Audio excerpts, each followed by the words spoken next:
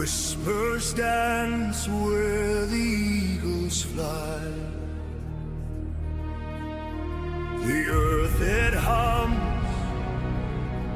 a warning cry. The world awaits the break of dawn.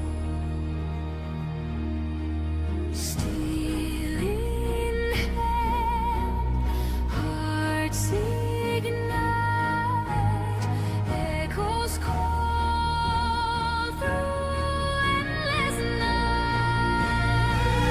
Rise up, the dawn is near. The call of legends loud and clear, through fire and frost, through... Oh my That was God, good. it's official. As soon as the holidays are over, we're actually back to playing. All my tables have been going through withdrawals. I got 2 more sessions tomorrow, another session Thursday. I think I was going through withdrawals. yeah, that's true. And then the Star Wars game that I'm in on Fridays, I think we go live this Friday. I'm an actual player in that one. I don't have to do anything except annoy the dungeon master, which is a lot of fun. Take advantage of all the annoyances. See, it's not about being worried about the rules anymore for me whenever I get to play the game.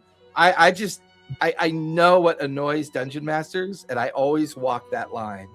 That is evil. You'll never be in any of my games then. That's for sure. Oh, Zan, if I was in one of your games, it would be so much fun. I would have white hair like you. I would be like, Well, at least "That's you'd part of have the hair. game." At least you would have hair, that's for sure. It's getting there. It's going along. At least you'd have hair. So we've been off for a few days, a few weeks actually. I think we took 2 weeks off because of the holidays, which is what we do around this time of year because we have fun and take time off the holidays. So we're going to be doing a little bit more of an extensive recap. Zan is here to partially be a perspective as well as to see if this is a game he'd like to sit in on. I'm going to go ahead and assume he will because I'm elite. I can make decisions like that because I know Xander very well. If anyone watching us tonight, you'd be familiar with the pirate goblin Slick is what Xander plays on Monday nights, which is a real fun. I think so far that's been your funnest character that you've played. I think you've enjoyed Slick the most. I think so. Because you could, and I like how you make up engineering terms like they're real. I just channel my LeVar Burton from Star Trek. And, Right? You know. So true. The Thordack's legacy. When this journey began, it began with Lyra under the tutelage and mentorship of a particular dragonborn that is currently aiding Amon in restoring its once greatness. Amon has, unfortunately, due to what has happened with the Cloven Conclave, has found itself in need of massive infusions of money to repair the city. With the now completion of the solstice, the decline of Vecna, and the defeat of the Cloven Conclave, for the first time in a long time, Amon has known a bit of peace, but unfortunately, its treasuries emptied with so many wars and dealing with so many threats. It now finds itself turning away from the traditional relationship with Vasselheim and seeking its fortune and favor in other avenues. It has turned towards the arcane, as with the completion of the previous age, and now the period known as the Age of Restoration has begun. Deification and clerical existence is kind of deities in general are less pronounced now, rather than relying on the gods and caretakers of the heavens. people have turned towards other means of inferring that power. Some have chosen to the darker magics, warlocks. Some have turned towards the natural magics of the world, as nature magic has become a bit more of a prominent feature in the faith of the people of Exandria. More importantly, the faith of those in Taldori. It was here that Lyra finds herself under the charismatic leadership of Daverick, the Dragonborn that is now aiding in the arcane restoration of Amon and guiding it away from its relationship with Vasselheim and towards more of an independent relationship with the arcane. Some would even wonder if we're seeing yet another beginning of a second age of Arcanum that might be in the beginning stages at this point. Here, Daverax has taken a particular note of a place called the Scar. This is up in the Cloudtop district of Amon, the place that Thordack was destroyed during the war with the Coven Conclave. Here, he left behind a large cratered remains of his destruction, as well as the remains of his original kind of lair that he had created. With that, the team kind of fell into each other's company in a very kind of passive way. Lyra, being in mentorship with the Dragonborn, who is seeking a kind of investigation of the Scar with a bit more of natural and arcane magical means as opposed to deification means. During Lyra's time here, she's gradually made a couple friends, Eldira and Bludgeon. They are actually in good company with the Laughing Lamia and find themselves with an opportunity at the Laughing Lamia.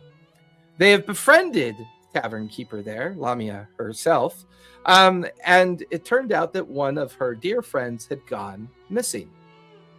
They had also met a strange professor who goes by the name of Professor Dorn, a member of the Whitestone Engineering Academy who's been sent here to help develop and build the defensive mechanisms and structures and buildings of the new castle district within the Cloudtop district, in hopes of eventually using much of the broomstone that they have harvested recently to allow this massive citadel to float up in the sky whenever danger or threat might be nearby.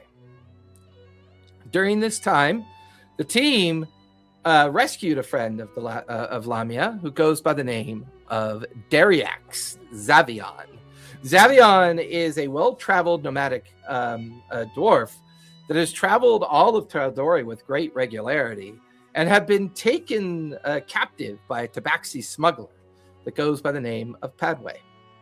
The team had discovered this information by buying an article that belonged to him in the nearby promenade where they had made the discovery and took this back to Lamia. Here, they infiltrated their way down the docks, infiltrated their way into the warehouse, and were able to defeat the guards and free Dariax from his condition and return him to Lamia, which then allowed them to take on their next effort, was to begin their investigation of the Scar and delve deeply into the Scar. Here they were given instructions and information by Professor Dorn, and they followed them pretty much to the letter.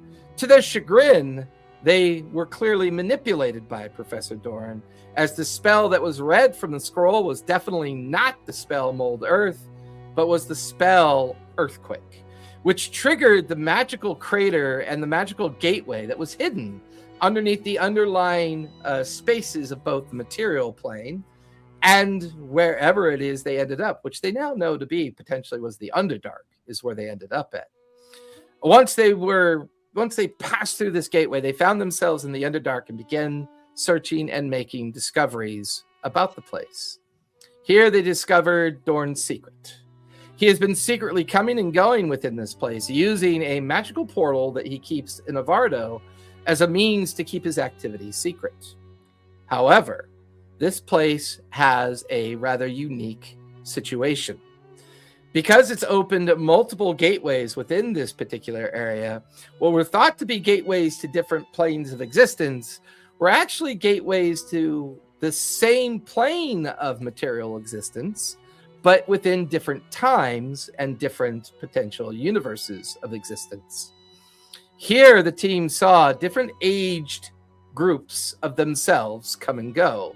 By far the most dystopian and kind of cringy engagement was Eldira watching herself age and die before finally making their way to the gateway that was being used by maybe other members of Dorn's former accompaniments as they solved the riddle of the four heroes in the base of the gateway that finally afforded them the ability to come back to the Scar.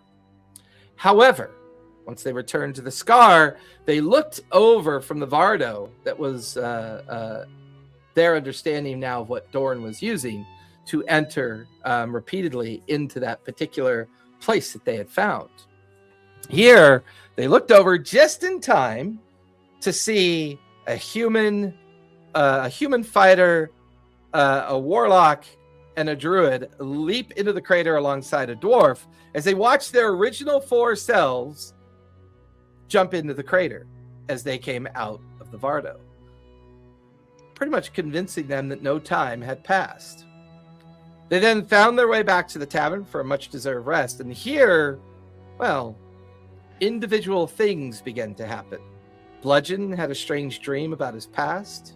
Eldira was, well, gifted a vision of a younger form of herself, or someone that seemed like it might have been her, but only saw it briefly before it vanished.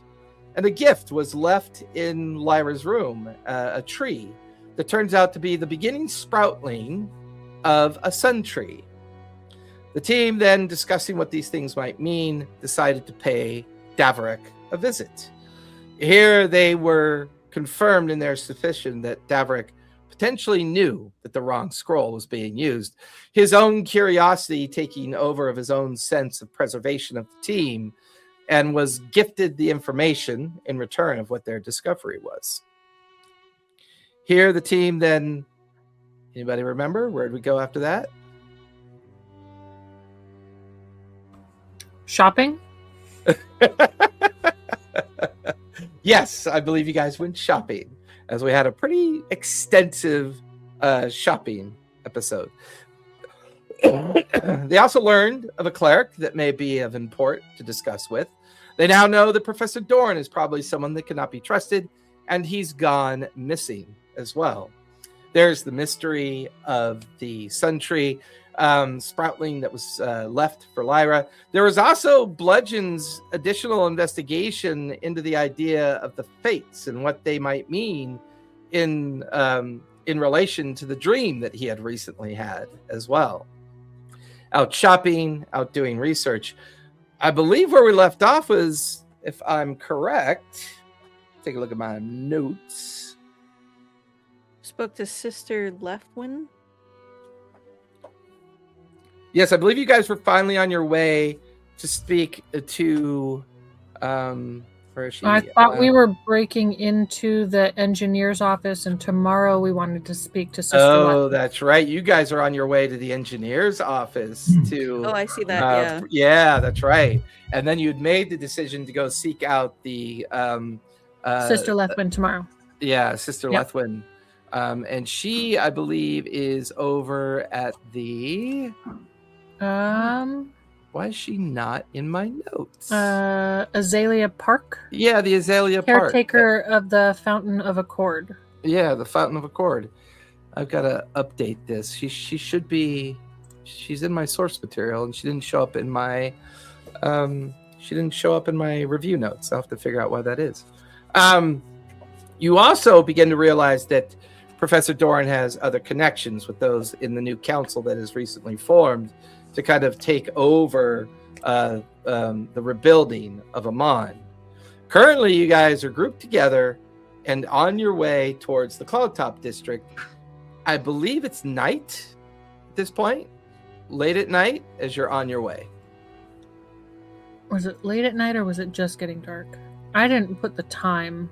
I think it was late at night because you had left the Laughing Lamia to make the approach. You had gone shopping, done research, gone back to the Lamia, and with the intent of preparing yourselves And to then wait going for up the to cover Cloud of darkness, and then going up to sneaking the into the cloud top engineer's office. to try to get into the engineer's office, Professor Yeah. Dorn's office. Yep. And I think that mostly spurred you guys on because he's gone missing. Theoretically, I mean, Micah DeRollo couldn't find him. Doesn't necessarily mean he's gone missing. It just means one person can't find him. This is true. Right. You're supposed to meet him. Yeah. And he didn't show up. And Micah was waiting there for 4 hours. That's right. Yeah.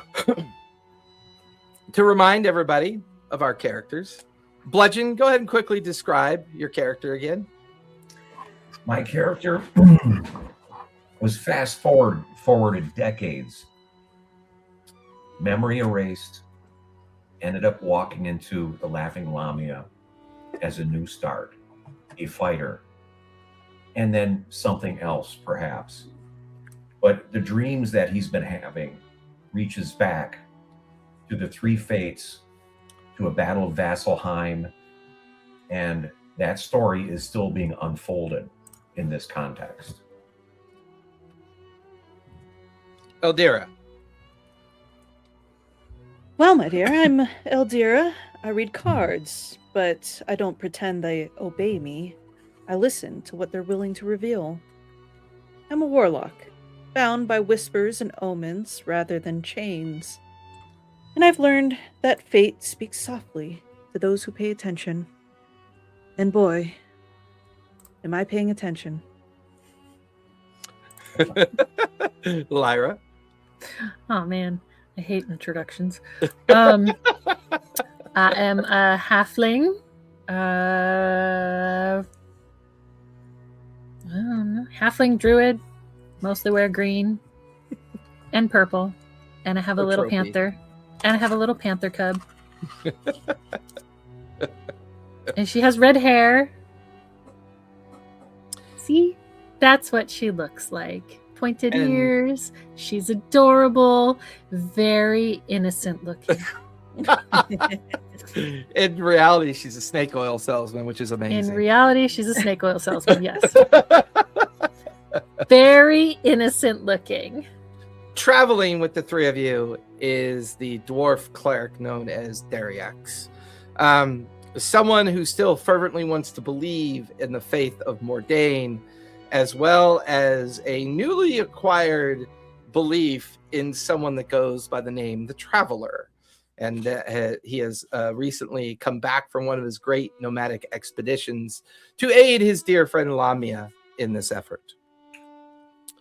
The four of you are in the darkened streets of Amman.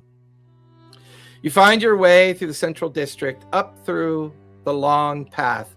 You stand in a group of trees, letting the darkness kind of whistle around you. The crowd's now off in the distance. You can hear the marching footsteps of a nearby patrol that pass by, not taking much notice to you. The Cloudtop District has the main gated entrance. There's a 20-foot wall that surrounds the entire district. Above the wall line, even in the dark, you see the great lit castle and the citadel that has been slowly rebuilt over the many years. You can see from time to time lantern-bearing guards on the walls, pivoting back and forth.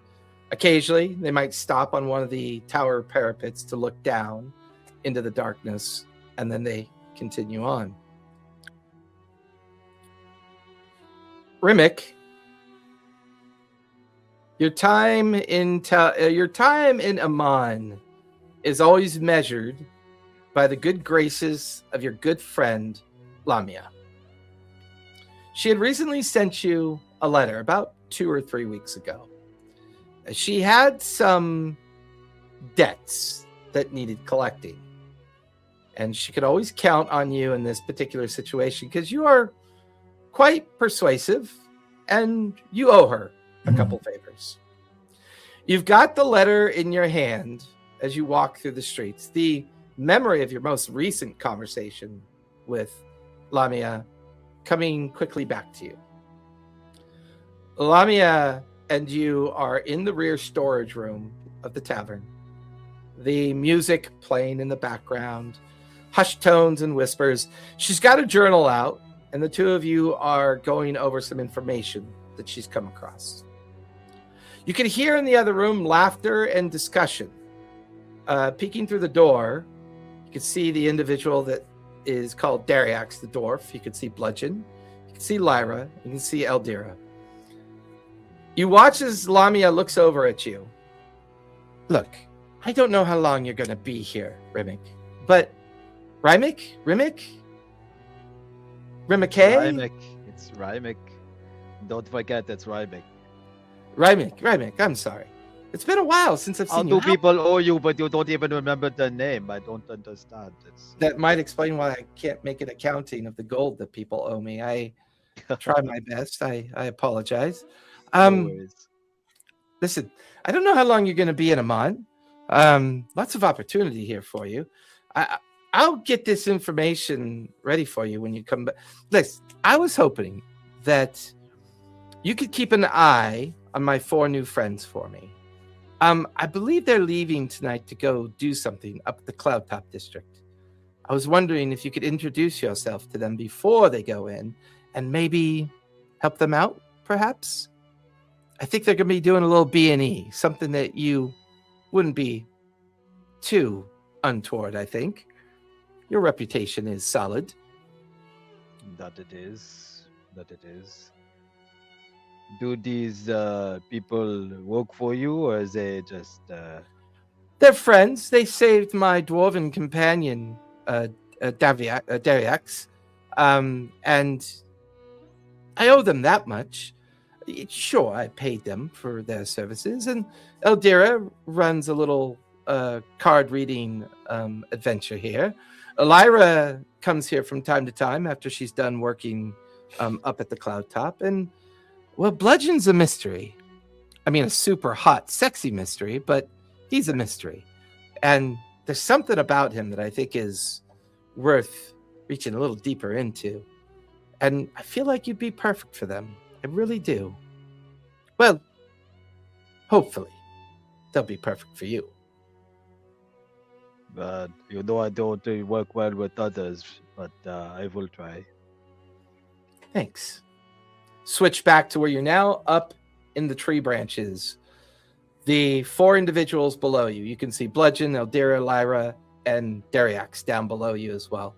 Silently, you sit up in the branches. You fold the message that was given to you that brought you back to Lamia. You tuck it back in to the vestments that you're wearing. You guys watch as silently Rimic drops in amongst you. Rimic, describe what you look like. Rymic Rimic, is sorry. okay. Rymic is he's a white fox. He's only about 4 foot tall, so he's kind of a shorter. He's on the shorter side. Bushy tail, everything that makes a fox a fox. But he's wearing like Oh my God. ranger. I want to pet him. You want to keep your hand on you, you won't.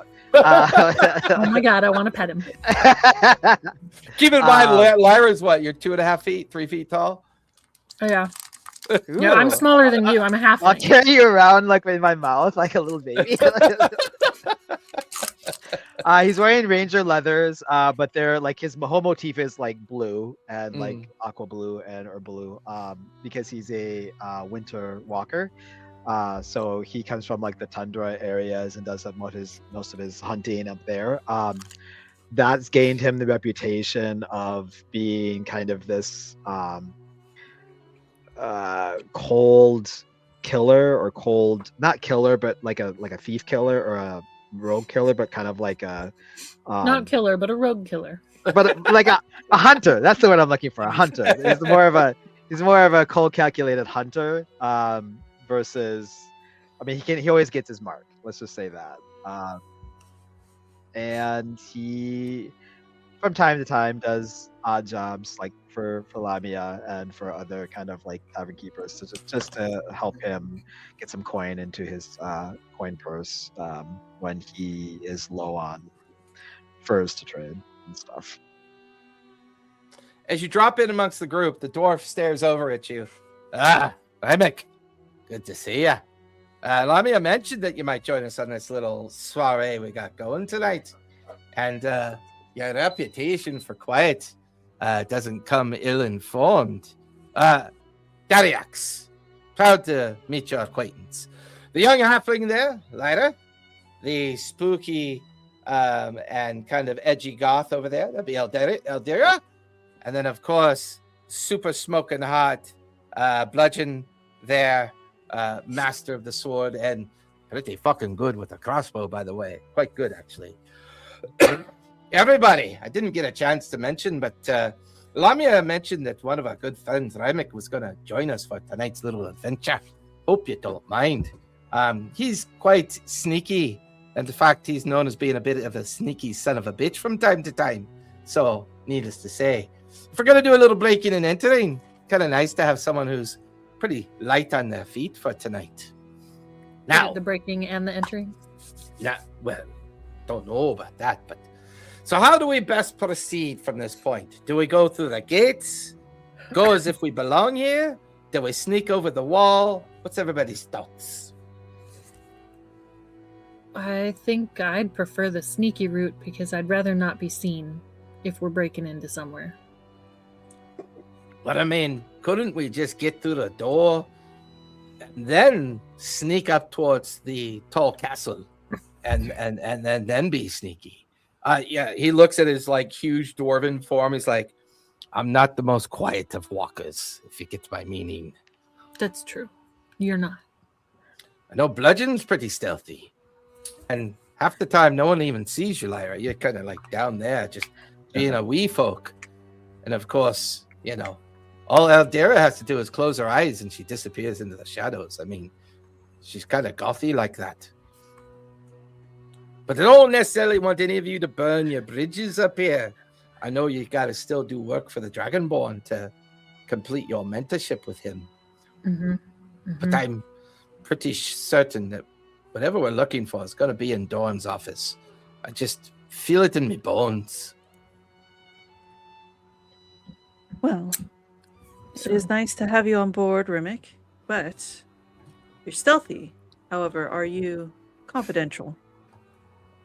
And I look over at Dariax, like just spilling all of our secrets. No, not what you mean.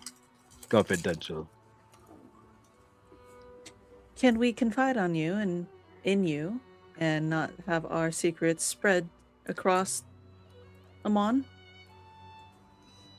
Well, I just met you, but I don't see, just by looking at you, any reason to betray. And I owe this to Lamia to keep you safe and to make sure your mission goes well. So Let's start out with trust.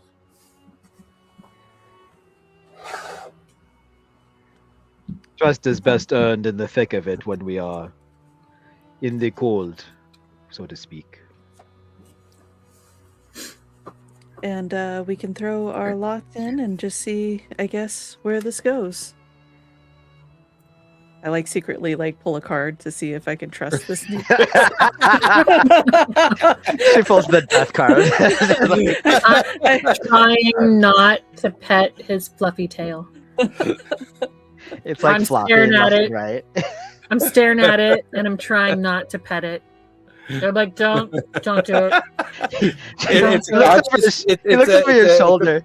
It's a humanoid. It's not a construct. It's not a pet. It's a real person. It's a real person. Remick looks over his shoulder and like does the what are you doing? Like he doesn't say that, but he just gives you the look of what the hell? Eldira, are you pulling a random card? Yes, I pulled a random card. Nice. Oh, it's a tiny, tiny little card. That's adorable. I've been using this the whole time. Yeah. Adorable. Every time I It's pull- funny, funny, funny. It's the first time I've seen it. I know you've been pulling them. It's just the first time I've seen it.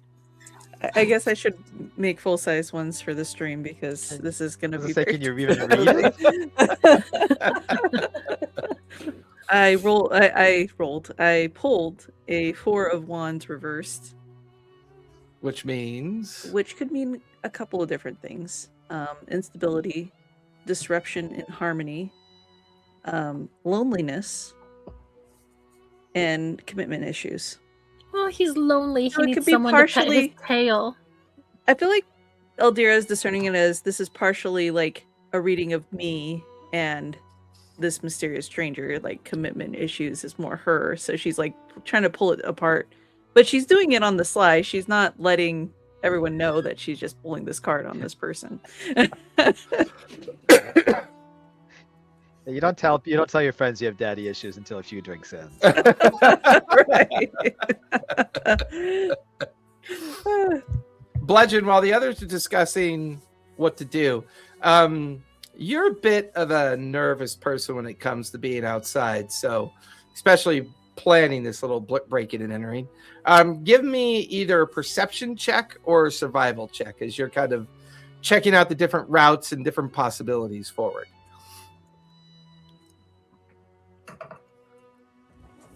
20. Dirty dog. Nice. No offense, Rimick. We're not saying you're a dirty dog. Man, I mean, Jason might be. I definitely will say that. I'll have you know I clean this coat twice a day.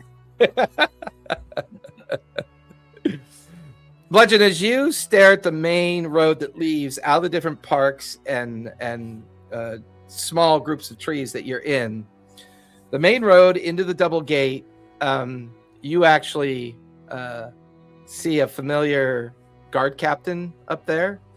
So you get the feeling that going that way may be out of the question. You get the feeling that the south wall tower is the longest span of time. You count the time that the patrol moves across the top of the wall between the two tower sections. If the 5 of you can get over to the base of that tower, scale it, you could easily slip along the edge of the top of the rampart in the shadows and begin to approach all the heavy wood scaffolding that makes up the kind of like beginning boundary of where all the work is being done on the castle. You get the feeling that that scaffolding offers you the best opportunity to access different parts of the castle, as well as keep yourselves properly kind of shadowed and hidden within the cover of the scaffolding as well. As that guard patrol moves back and forth, can all 5 of us get over there in one pass? Or What's your passive insight?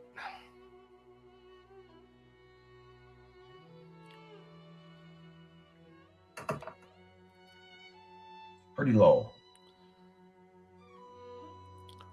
Go ahead and give me an what's your passive? Passive is 12. I roll an 8. I would say your passive would allow you to at least pick up on the fact that you're kind of like, as they're all whispering and talking behind you, you're counting. You get the feeling that you could go over 2 at a time, and you could try to scale the wall 2 at a time. Might take anywhere from 5 to 10 minutes to make that happen.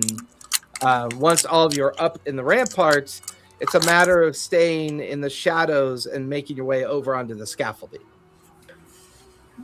I have a grapnel. Well, I think that if there's a grapnel stuck up there, a guard would notice it. Or do we need to scale this on the wall itself? As you look at the wall and the tower, you guys did recently procure some climbing gear. So you do have pittons and rope and stuff that you could use to scale the tower. Or you've used a trick before.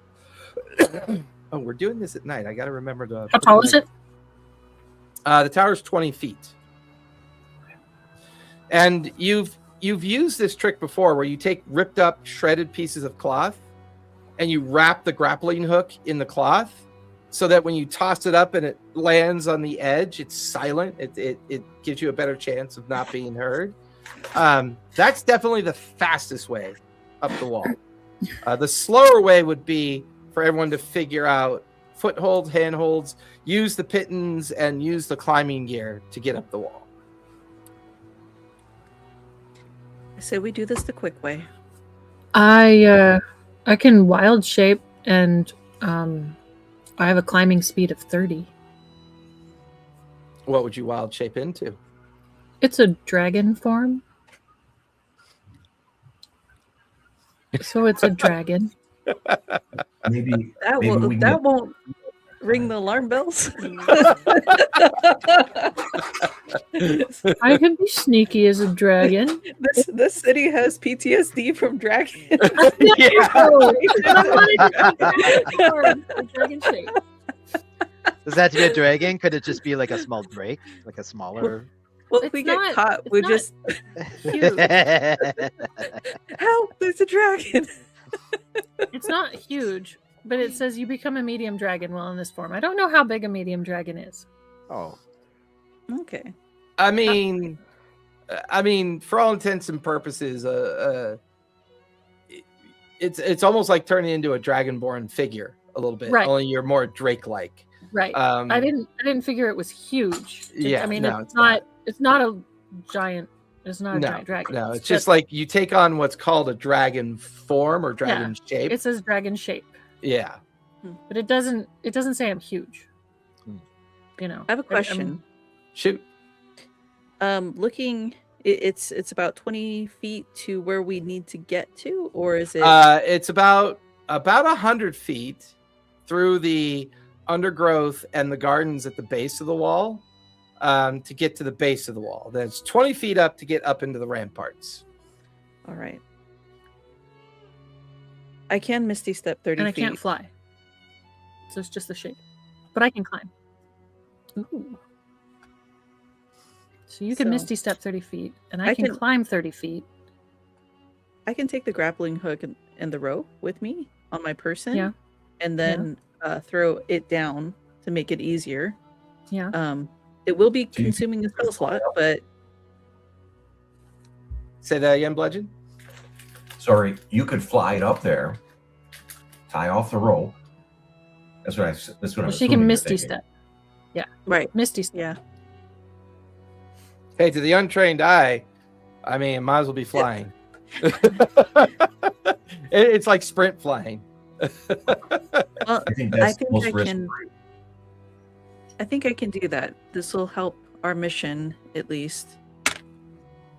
So everyone give me a group stealth check for the journey through the gardens and the outside topiary of this edge of the castle to make it to the wall.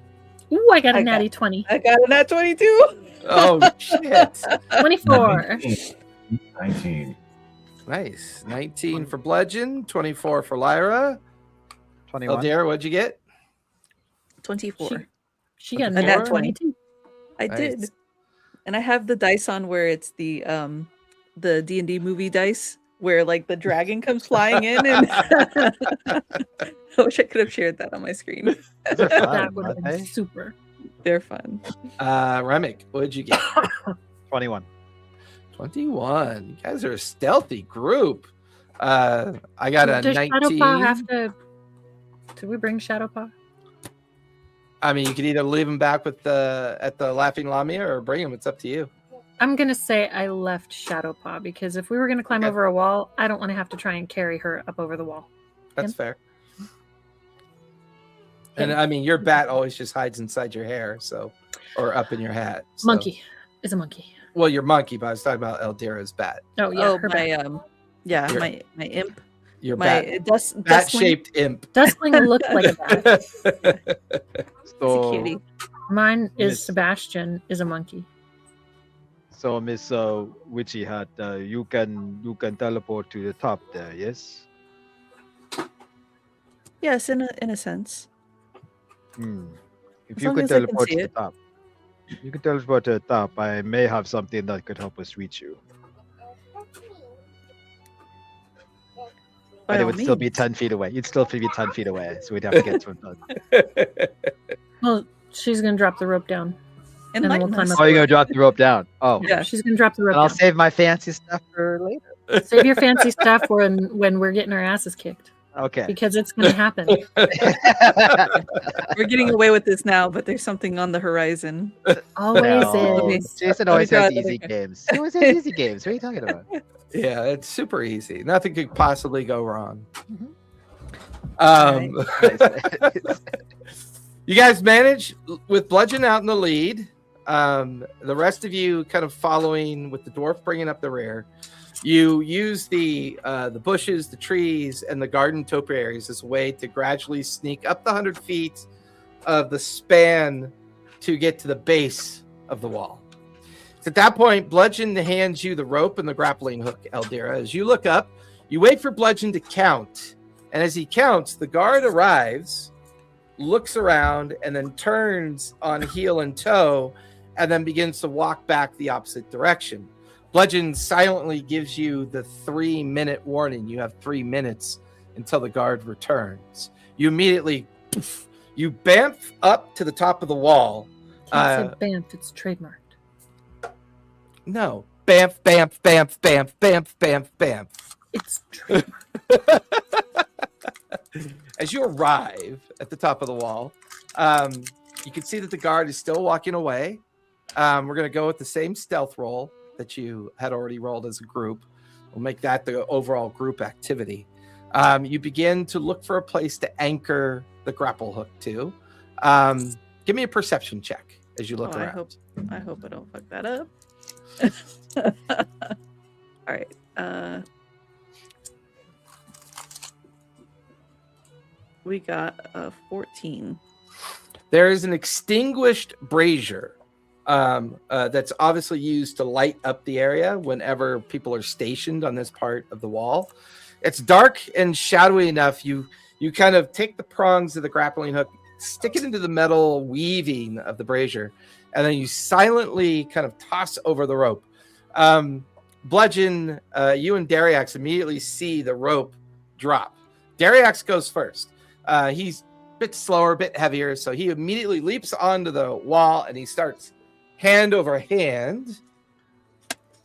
He makes it, no problem. He begins to clearly make it up the rope. Lyra, do you change into your...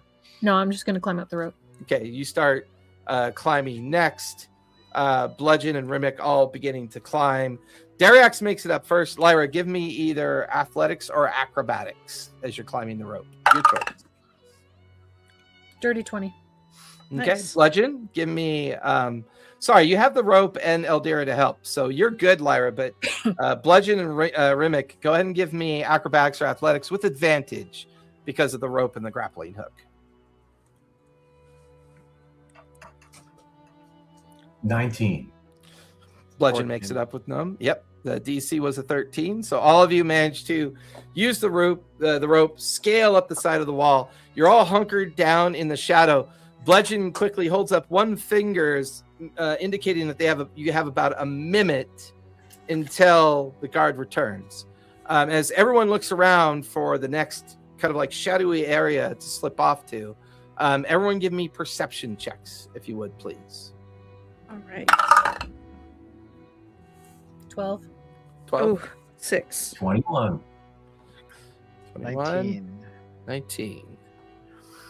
19. Bludgeon and Rimic, you see that they've built wooden scaffolding, like walkways that run from the interior of the wall ramparts in and over the grounds down below and up into the scaffolding that's lashed and connected to the castle areas that are being rebuilt. There's 2 or 3 different ways you could go. You could see that sneaking over to one of those ways would get you up onto those walkways and into the shadows of the scaffolding fairly quick. If that's the route you decide to do, I'll need a group stealth check for that attempt. All right. Here we Let's go. keep walking in the shadows. Oh my gosh, not this roll. 19. Ooh. Ooh, 22. nice. 19 plus 6, 20 something. 5. Thank you. I don't do math, just so you know.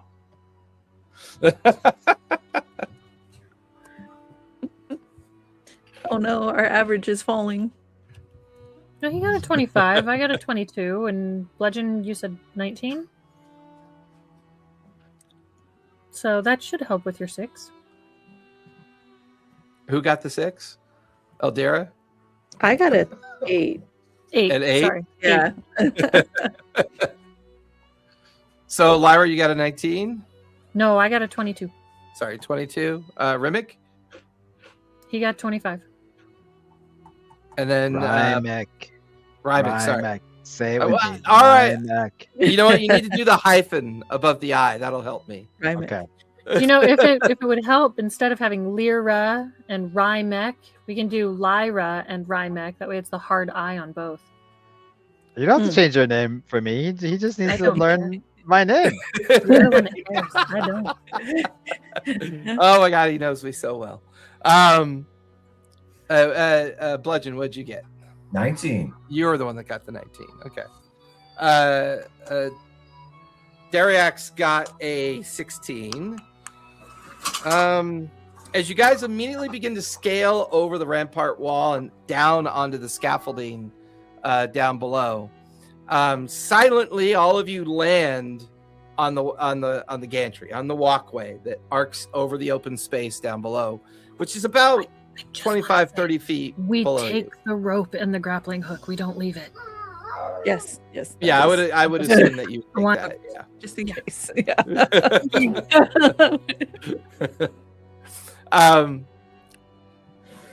Eldira, you land a little hard on your feet on the walkway. The not very heels. well constructed scaffolding kind of sways and creaks a little bit. There's a moment that as the guard returns, he kind of stops, begins to kind of look around like they heard something, and then shrugs their shoulders and continues on their normal kind of nightly routine that well, it's probably not exciting work, to say the least. But now you guys are stealthily kind of walking across this bit of scaffolding. The castle just looms up above you, this huge construct of maybe 200-300 feet tall.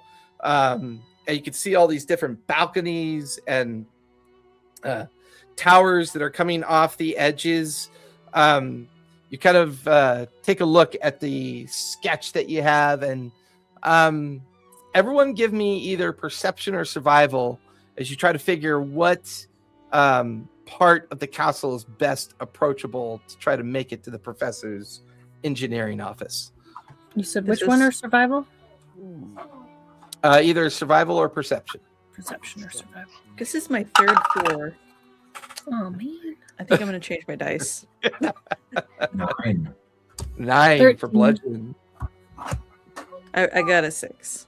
I got a 13. Rymic, 17. 17. Rymic, based on the limited information that they've already shared, there's one particular tower that looks newer than the rest of the castle. You could see the difference in the castle construct. You could see where the old layers have been rebuilt. You could see where the old walls and the old kind of foundations have been rebuilt. You could see where the big broomstone engineering tents are all set up down below. You can even see flashing lights and other activity, that people are obviously working through the night as the broomstone is being fused into the different strata and foundation of the old castle. But there's this one particular tower that looks out of place. It doesn't look like the same construct as the rest of the castle. You get the feeling that this might be the tower that you guys are looking for. It's about 400 feet to your right, and then the scaffolding comes pretty close to the tower, but it doesn't exactly connect to the tower. There's a way you could use the scaffolding that will take you deeper into the castle, and then maybe you could use that as a means to get up there. Or you could try to potentially use the grapple hook yet again and get it into the window of the tower that you can see at the very kind of like, there's like the conical roof, a little veranda at its top, and at least one exposed window that might offer entrance. I say we take the window. Window. Why Can you stop peek in climbing it? now? Can I peek in it? Oh, Yeah. actually, Before we go, we'll bring I- in Radnal. let me not forget that I have this ability that you generously gave me, Jason. I'm gonna awaken mind. Oh wait, not awaken mind. What was the shoot? It's like astral projection. Oh, you get that what once per short rest? Once Once for per- long rest. For long rest. Spiritual awakening. Spiritual awakening. You guys watch as in the shadows of the scaffolding, you watch as Eldira goes into kind of like trance-like state. Oh my God, Sebastian's in your office, isn't he? He is. I'll mute. As you watch Eldira go into like this trance, you watch as a ghostly apparition of herself kind of steps out of her body, and it begins to float up through the scaffolding, up the side of the tower, up until you could see the silhouette of her form, kind of like near the edge of the window. Eldira, give me a perception check with advantage because you're in your spiritual form. And Be I right back. also have to pull a card. So while I'm that's true, channeling yeah. this, I pull a card and I kind of lay it out before me. Perception check? Yes, with advantage. Okay. Oh, good, because that was a 1. 19. 19. Very different between the two, right? They're very different. At first, you're still getting used to this new ability, and you kind of float awkwardly for a minute, and then your ghostly hands kind of cling onto the edge of the stone window, and you peer inside.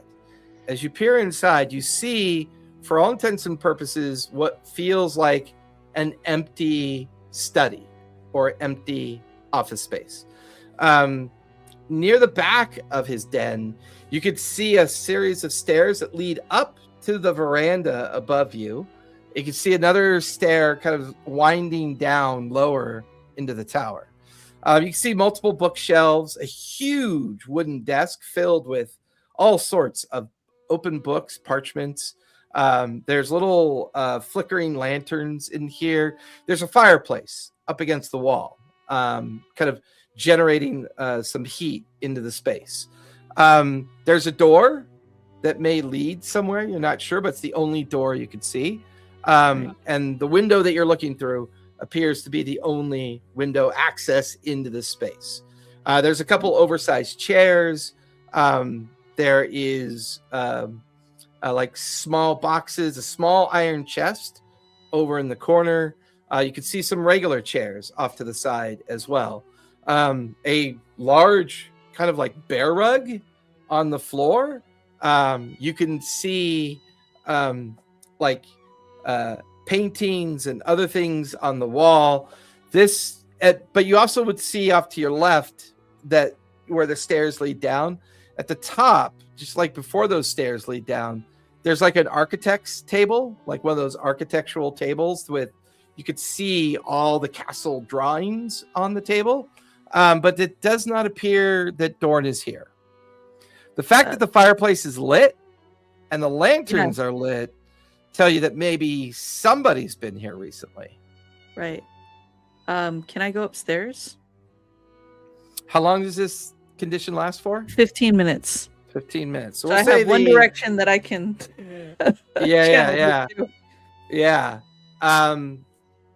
You find yourself drifting up into the next floor, which is a almost like a kind of like little storage room of equipment, mostly engineering equipment from what you can tell.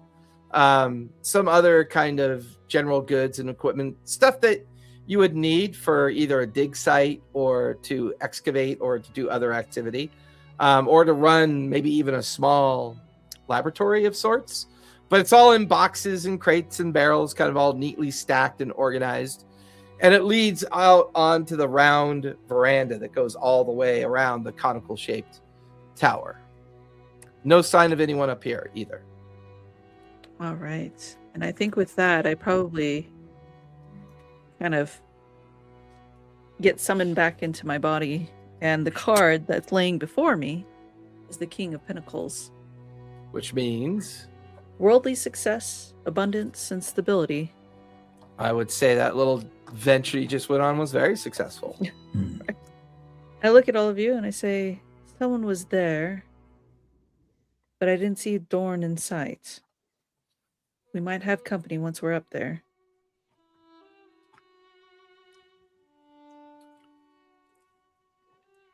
Well, let's You go. always do. How do we get there? Next time, give us a warning before you start doing that astral projection thing. It's nearly scared me out of my hide. Oh, If she does scare you out of your hide, can I keep it? No, Oh. weird little halfling girl.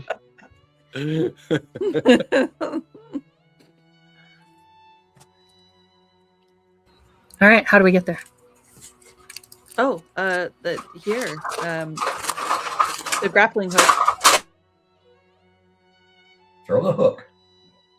I'm not very well with that. Maybe bludgeon or Rhymic? Someone who's better at throwing. What do you use to throw? Strength? What do you roll? I mean, if you're throwing something to hit a target, it would be an unarmored attack, basically, using whatever your proficiency is. What are you trying to do? Throw the, Throw the grappling grappling hook at the window? Oh, for crying out loud. I have a bow and arrow. Hello. You have a ranger with you. If it Obviously, in the this is the window. group that makes things a lot more difficult than they need to be. I got it now. Okay. All right. Okay. if it sticks in the window, Will it I hold will our have weight? to. strong enough to Yeah, I could just take the grappler and my bow and hopefully it, Yeah, go for it. Give me an attack roll. It was just say Lord of the Rings. Like it's a curved arrow. Legolas does it all the time. All rangers could do it. yes, it's inherent in the ranger title. Or we could try it your way. Either is fine. I'm just gonna say that as a suggestion. He would say that as a suggestion. Because Well, either Bludgeon's crossbow would work or Rymic's bow could potentially work. I mean, you could get within the scaffolding gets you within about 20 feet of the edge of the tower, but then it's a solid 50 feet up to get into the window. Otherwise, the only other way you could see getting in is to go deeper into the scaffolding of the castle. So the scaffolding doesn't touch the bottom of the tower? No, because the tower's already done. Like you could tell that it's been recently added to the structure. It's pristine. Makes sense. And this window is higher than what we are. Okay. Yeah, the window's How about 50 feet up. visible is the wall that we would then be climbing up? Ooh, give me a insight or perception check as you look around.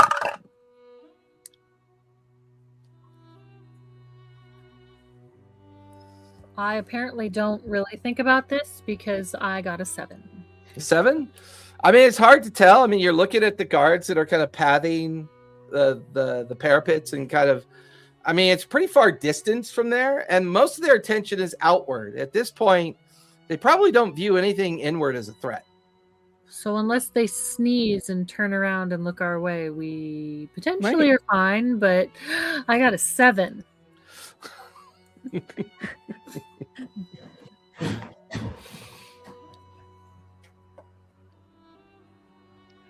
All right, Rymek starts running into the scaffolding, and he's gonna start because he's a small fox, so he's just gonna start bobbing from scaffolding to scaffolding to scaffolding to scaffolding. All right. And That looks like the scaffolding. How far up does the scaffolding go? Scaffolding goes all the way up into the tallest part of the castle. it will afford you an opportunity to get on the outer layers of the castle and then use the castle's edges to kind of climb gradually up towards where you could get probably close enough where Eldira could potentially face step over to it, or at least get a better shot with either the crossbow or the bow to get the grappling hook into the window. That's probably a better idea. Yeah, let's do that. All Okay. right. Give me one final stealth check for this maneuvering through Roll a three. the Oh, scaffolding. jeez. 7. 7. My digital dice are failing me. 15. 15. Oh, I got a 19 again. 19. Nice. It's my expertise and stuff. So. That's fair. I got a 16. 16. Derek's got a 14. As you guys are all following Rymick up through the scaffolding, he's kind of like pointing at footholds and handholds, kind of leading you all up there. Eldira, you're kind of in the middle of this kind of climbing through the scaffolding.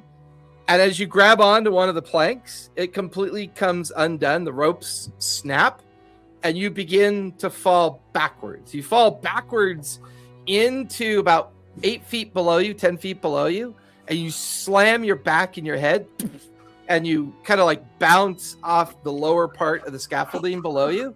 You take 4 points of bludgeoning damage.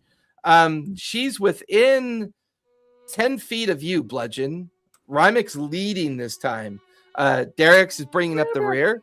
So when she falls, you're the closest one to try to grab her. I grab her. Give me either athletics or acrobatics to try to grab her.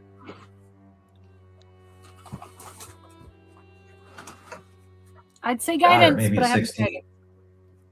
Nice. Put the DC at a 15.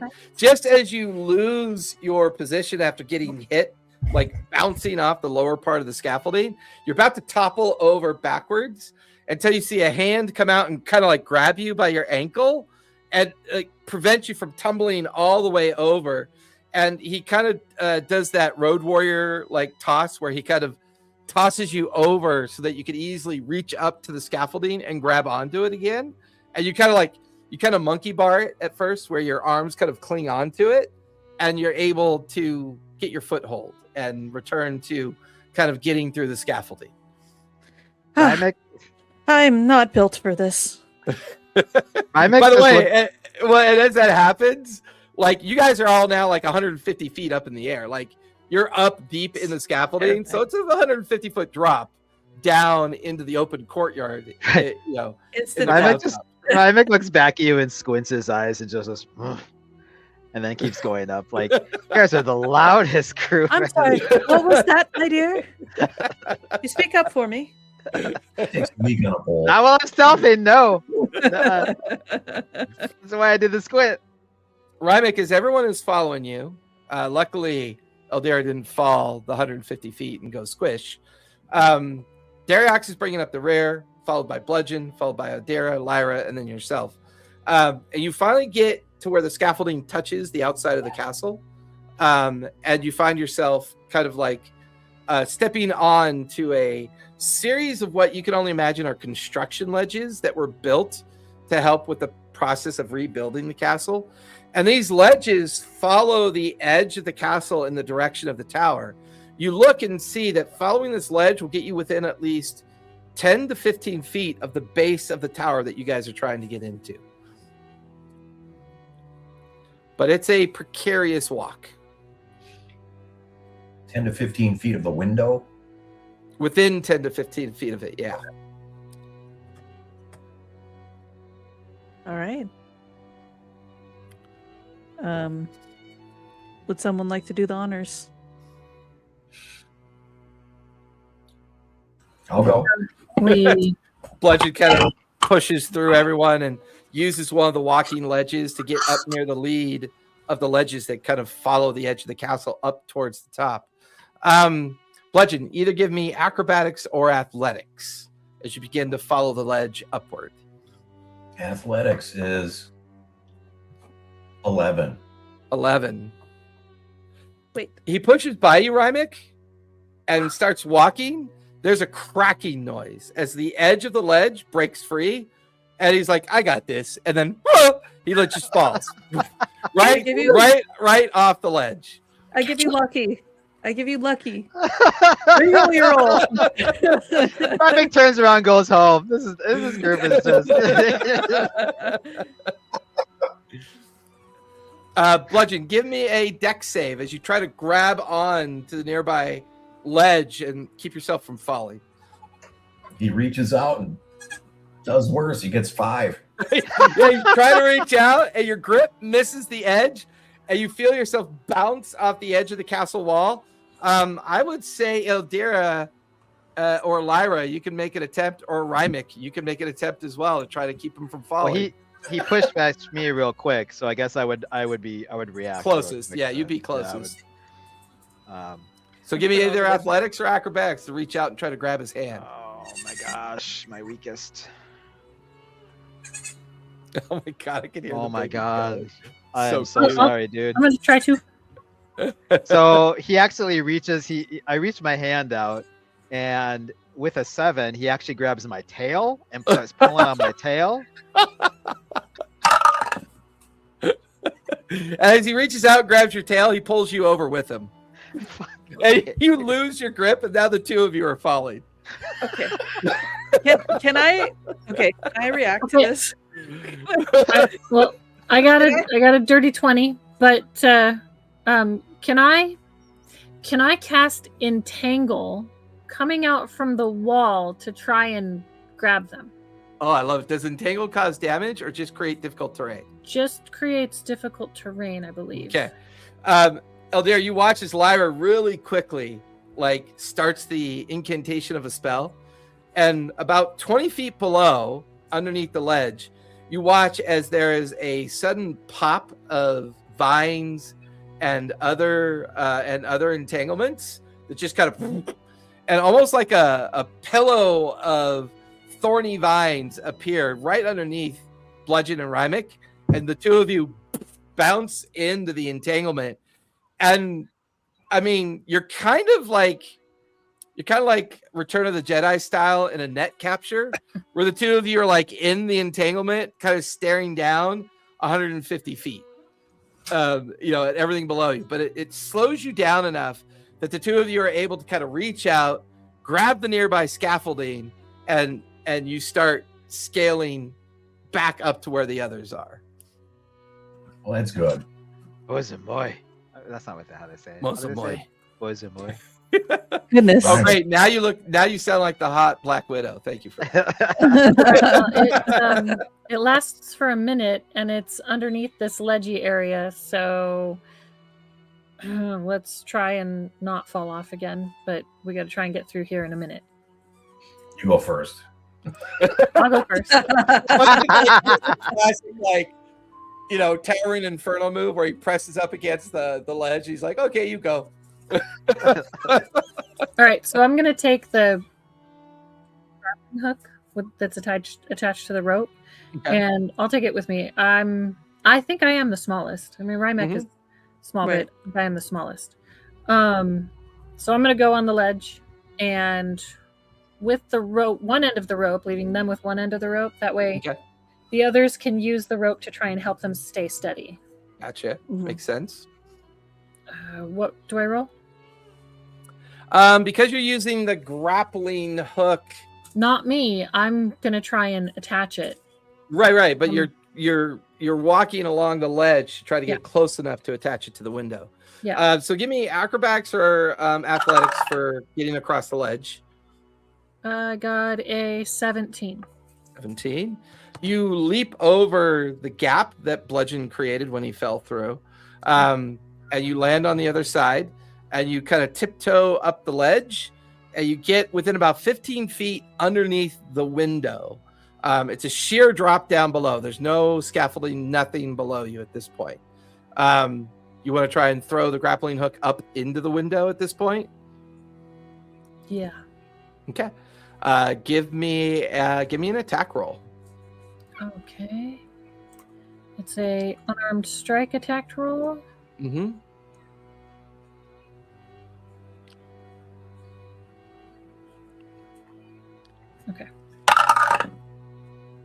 18 plus 3. Oh yeah, 21 will definitely do it.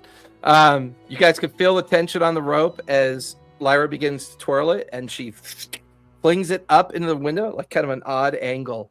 It makes it through the window, and you kind of yank on it, and you feel the grappling kind of stick into the other side of the ledge. You can feel the tension on the rope. It's only a 15-foot climb, and now, because you've gone up even further, a 200-foot drop. Wonderful. When I get over to Lyra, I whisper, I lean over. Very good, little girl. You can pet me after this. She looks excited. Now, what do you say? We get inside, yes? Yes. So with that, let's get off this who- ledge. Yeah, who wants to Lyra try to just climb? ignored me. She just turned her head and ignored me. Yeah, they're all looking over the edge. Sorry. I had, like I had sheet outside- white. outside- Right? It's like, Mom. okay. Are you okay? We go. Yep, let's go. So who's climbing first? I'll climb first. All right, Lyra, give me either. Lyra's the only one that hasn't fallen yet. Don't jinx me. Give me athletics or acrobatics. Okay. 13 plus 4, 17. 17, nice. You guys watch as hand over hand, Lyra easily kind of starts a kind of rappel upwards where she's using her hands and feet to kind of scale the rope, and you watch as she kind of lifts herself through the window and makes it inside. Who'd like to go next? Okay, fine. Ryvik, go ahead and give me athletics or acrobatics as you try to scale that 15 feet up into the window. I'm in there. It should give him advantage, right? Yeah, I'm okay with that because I with Dariax doing the belay and you kind of holding the grappling hook, and Yeah. you could reach out and stabilize the rope. Yeah, I think advantage makes sense. Okay, cool. Whew, that's much better. 18. Okay, you're good. You make it up there with no problem. Pull yourself through the window. Eldira or Bludgeon, who'd like to go next? I'll go next. Bludgeon. I have not the best track record. I'm still Hopefully you studying. catch rope. me. Yeah, you have advantage. All right, let's see. My Christmas dice. I got a 20. Well, you're good. Don't worry, lad. I got you if anything goes wrong. I'll go up last. Here I go. Athletics or acrobatics? I'm still studying the rope, so Rolls a 17. We have advantage, right? Roll it Yep. again. Yeah, if you'd like. 17. 17, you guys watch as Bludgeon scales up and joins the rest of you inside. You then notice that the rope goes a little bit slack, and you look, you could see that Dariax has tied the rope into the scaffolding in case you guys want to come back this way. He's now walked over the ledge and is now kind of like free-forming up with the rope up towards, he rolled a 15, which is the DC. And then, his grumbly dwarven demeanor. Everything's built for little people. Kind of like pulls his huge dwarf frame like up into. Oh, sorry, didn't mean to be loud and grumbly. And then all 5 of you are now inside Dorn's office. What would you like to do next? Just ransack it. Yeah, investigate. searching. We're I not want to. ransacking it. We don't want it to look like I mentioned the Someone- storage above. Well- There's a storage above, but I think we should look down the stairs. Whoever's stealthiest, see if there might be a person Should who we- is responsible for the fires in this room. Say that again, Bludgeon.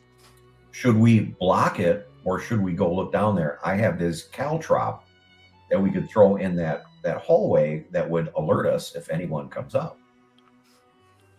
Or do we want to go down there? Or do we want to just clean out these 2 rooms and get out? well, one of us can look down. Mr. Rymek, how stealthy are you?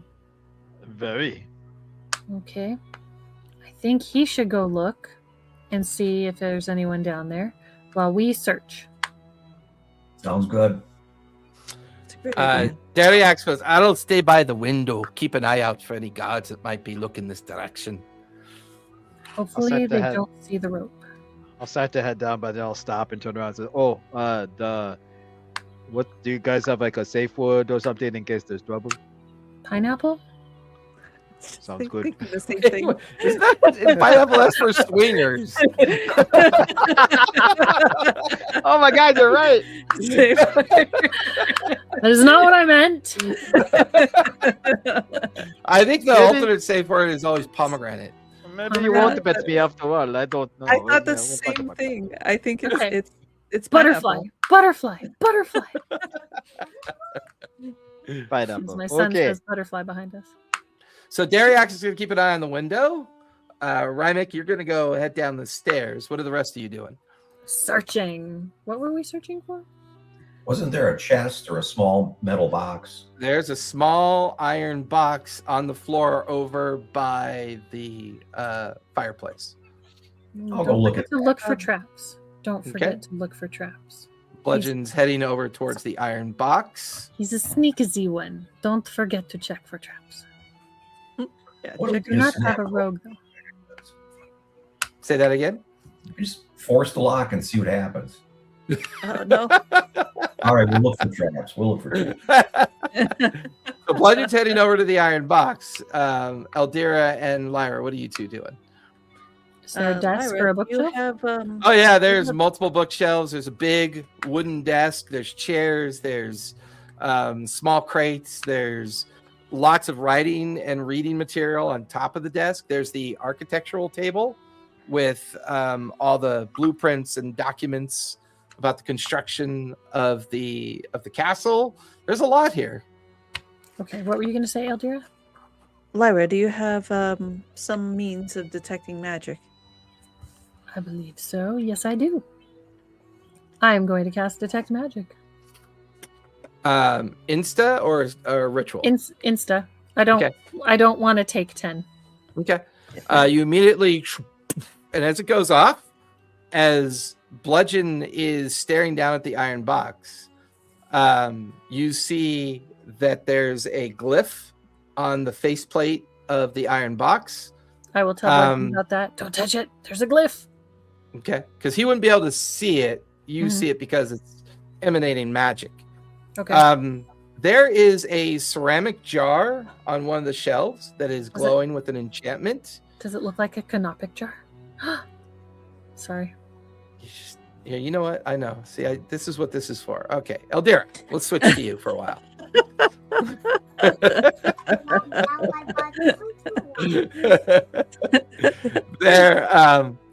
There's a ceramic jar that glows. She can't hear me now. She's walked away. Eldira, what would you like to focus on? We'll finish her up when she gets back. The notes on the table are intriguing. I also do I remember this place from the last time I projected into that vision of someone younger, like perhaps Thorn's son? Was he the one drawing? Is this the No, same room? Okay. this isn't the same room. That room felt very kind of more of a magical space, whereas this feels like more of a traditional like engineer's office. Right. I'll take a look at the notes, see if there's anything in the desk. Okay, give me investigation for that. All right. 19. Modified 20. 20. That's a 20 for you. I'm going to let you turn your camera off so you can go do your mom responsibilities, and we'll switch over to Lyra and Bludgeon. Lyra, there's the ceramic jar that lights up with an enchantment kind of vibe. Anything else? There's a small silver bell in a glass box that lights up with a bit of enchantment. Oh man. I'm Um, gonna steal all his magic shit. there's a magnifying glass that seems to have an enchantment on it as well. There's a small marble statue that seems to have an enchantment on it. You can also see in on a shelf in between a couple books, there's a leather book that seems to have a bit of enchantment as well. And because you're using detect magic, you can see an invisible pull chain next to the door, the only door that's in here. An invisible pull chain. Yeah, like it's physically not there. No one can see it, but because you can detect the magic that's infused to it, its school of magic, however, is evocation. You get the feeling that might link it to a bit of a trap or something like that. Oh. Rymick, give me a stealth check for starters, if you would, please.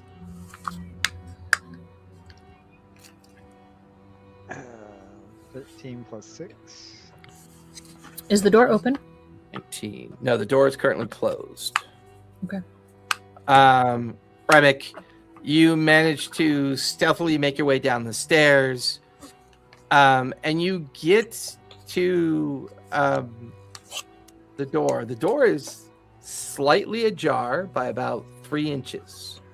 You've come down about 15 feet down these stairs, and you can peer through through the door. You can hear heavy breathing from the other side.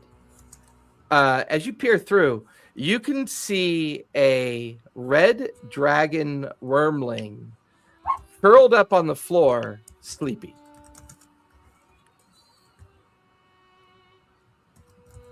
What else do I see in the room?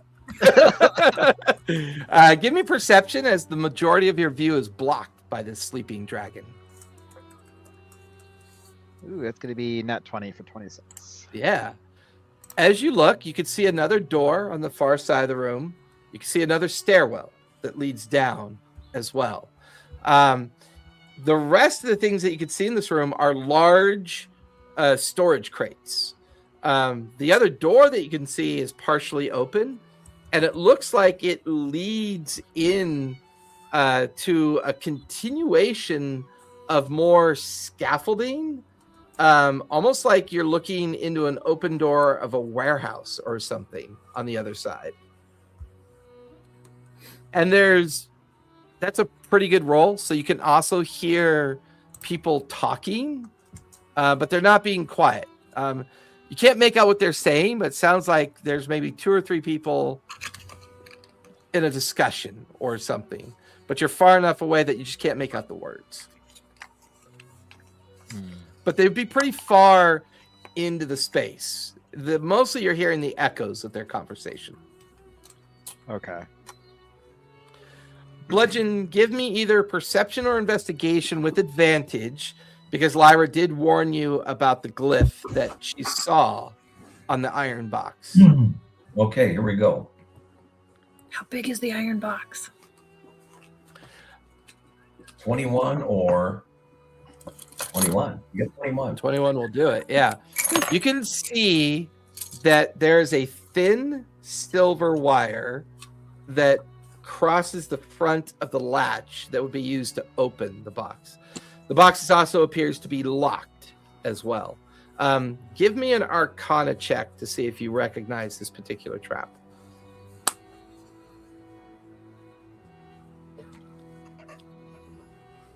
Dirty 20. Dirty 20. You recognize, you've seen this kind of trap before. It's an alarm spell. Somebody has put alarm on the box, so as soon as it's opened, it will cause whoever trapped it to be aware that someone has gotten into the box. Dirty trick. Do I know how to disarm it? You can either try to dispel it.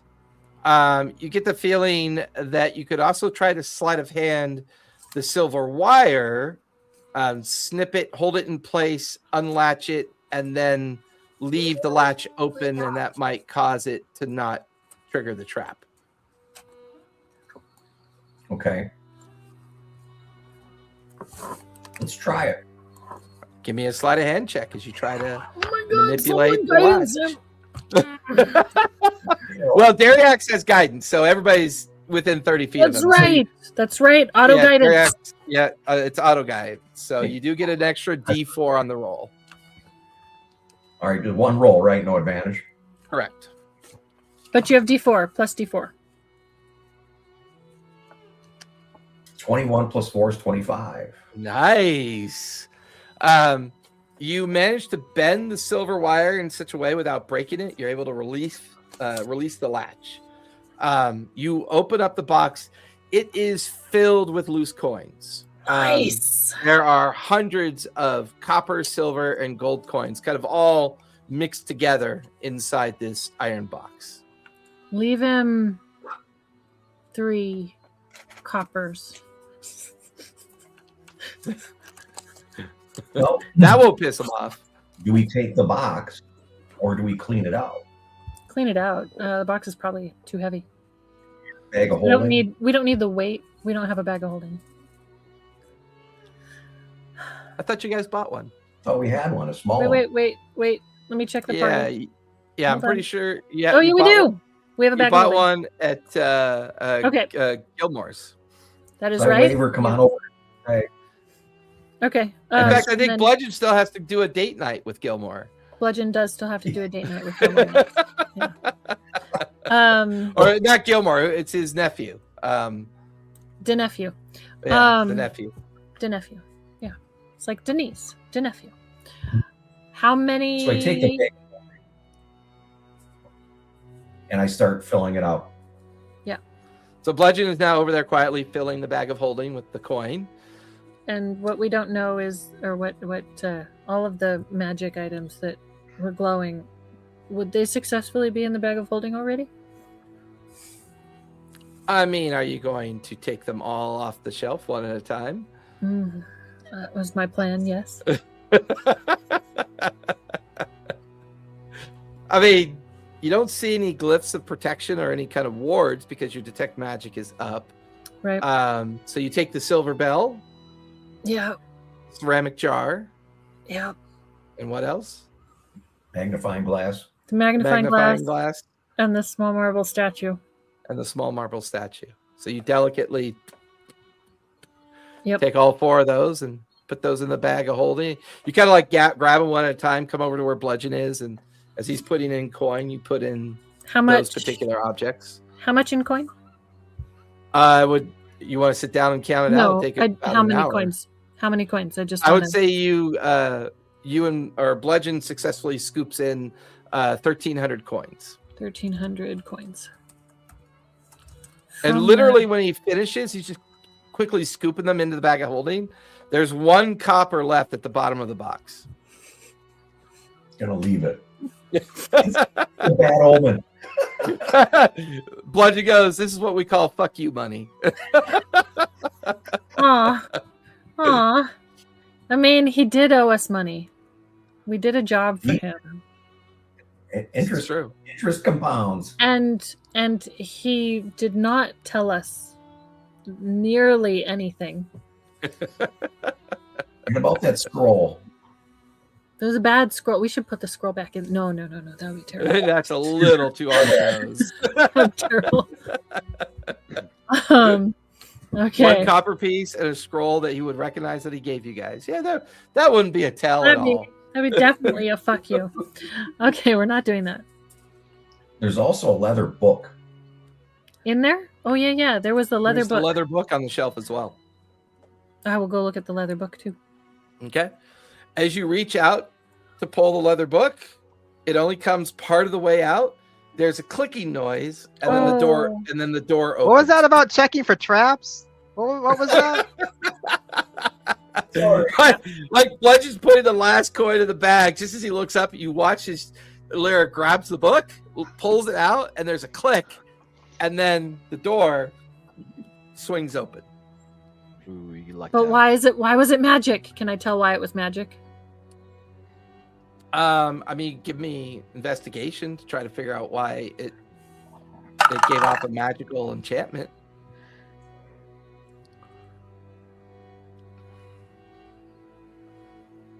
22. 22. It's a magical trigger.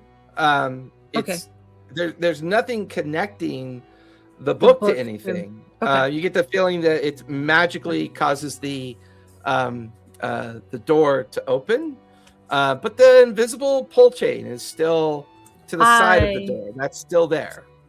Don't do Is it? This is the bookshelf. It's not the door. Correct. Bookshelf moved. What is No, on no, the the door moved. The door opened. Oh, the door opened. Correct. Okay. But there's still the invisible pull chain next to the door as well. Oh boy. All right. Before anyone goes in there, and right next to the door that just opened, there's an invisible pull chain over there, and I don't know why. Rybek's just like, boy, this just gets more and more fun. But it's invisible and it's right there.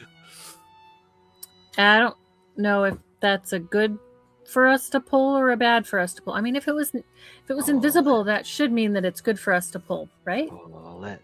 Pull That's a good point. it. Eldira, as Lyra, Bludgeon are doing their thing, and you're kind of examining all the books and documents and everything on top of the desk. So far, no howls of pain or screams of concern from Rybek, so maybe he's down there figuring out something. Give me, did you give me investigation yet for the desk? 19? Was that the 19? I did. It was a 20. 20, that's right. As you scour the surface of the desk, there is a ledger, and on the front of the ledger, it says Whitestone Engineering Academy. There are also inventory ledgers that seem to be all of the supplies that are being ordered from Whitestone for the purposes of rebuilding the castle. And there is something that you do recognize in a tiny, tiny little see-through ceramic vial. Like the base of the vial is kind of like a typical ceramic base.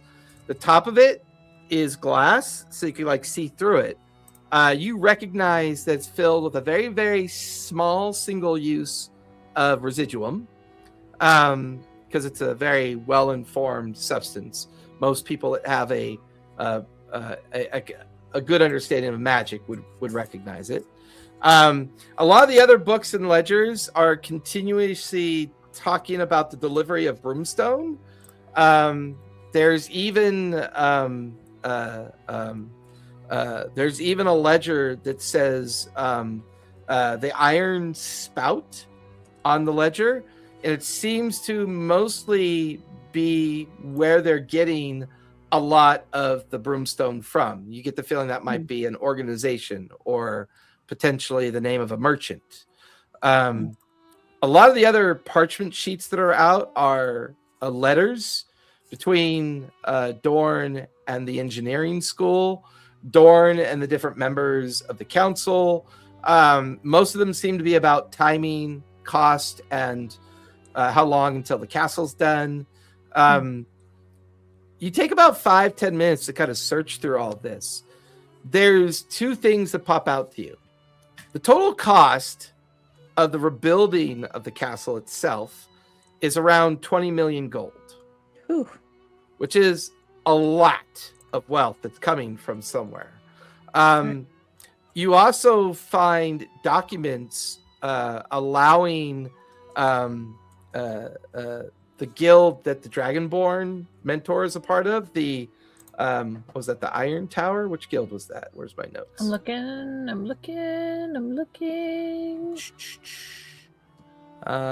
That was it's Dariax. Davrix. The Gilded Scale. The Scale Tower. Yeah, the Scale Tower. You find contract agreements between the Gilded Scale. They seem to be the ones providing not only the majority of the wealth to do the reconstruction, but they have given Daverick and the Gilded Scale 40% stake in the castle. All right. Well, that is interesting.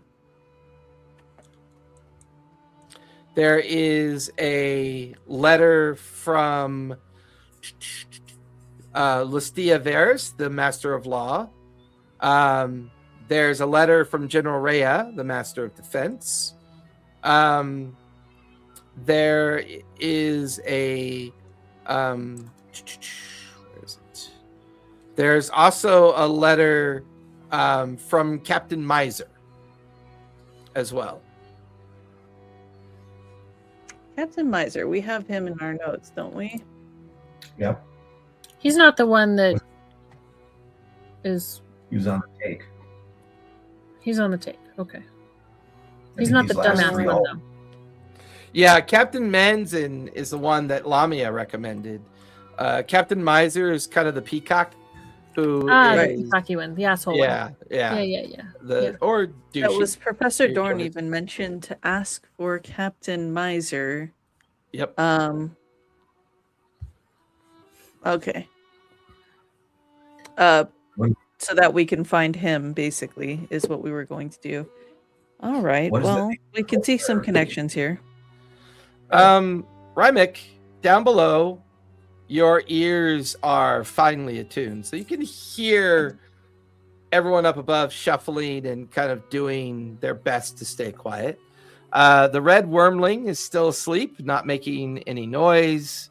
What would you like to do next? So he's gonna squint his eyes again because he doesn't, and he's gonna look back and be like, ah, because he doesn't like doing this, but he's gonna get on all fours like a fox and. You don't like he- being self-species? Yes, He's a self-hater. he thinks he likes to think he's a lot more evolved than That's what that's you know. beneath you. Yeah, so beneath me. But you know, he's gonna hug the wall around the wormling on the opposite side of the wormling, and you know how like what foxes will move a couple of steps and then they'll stop and like kind of like look around and then keep moving again, just to like to get to the other side of the door because I kind of want to see or either hear better what's going on with the other side of the door or get a better peek of what's going on the other side of the door. Fair enough. Give me a stealth check as you enter into the chamber and start making your way to the other side.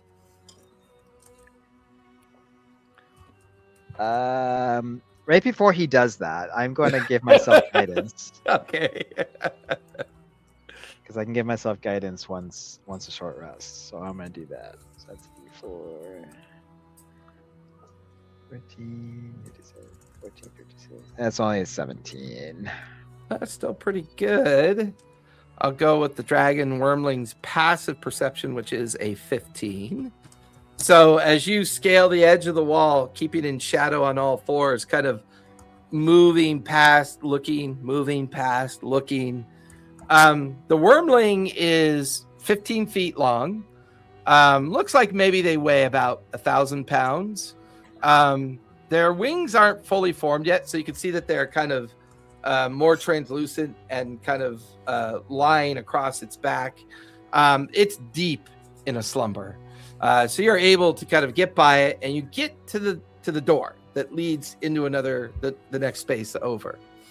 You can see the door leads out onto a small veranda or a small patio, and then there's scaffolding that leads down to a warehouse that you couldn't see before that's like built into the side of the castle. It's made of like a wood stone combination. And you can see 3 individuals through the door down at the end of the scaffolding in kind of like deep conversation. One of them is a tabaxi. The other one is somebody that's a female human, but you're not really sure who she is. And then a small, scruffy looking halfling kind of leaning up against the entryway of the door at the end of the scaffolding. It appears that the tabaxi and the female are in like a not an angry conversation, but definitely a heated conversation. Now that you're closer, you can now kind of overhear. The tabaxi kind of looks at the female. Now, look, I understand your concern for where Dawn might be. I don't know where he is.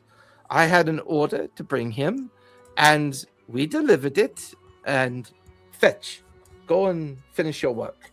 You watch as the little halfling disappears into the doorway beyond. The tabaxi looks at the woman again. Now, look, I understand that you're curious about what might have happened to him, but I can assure you,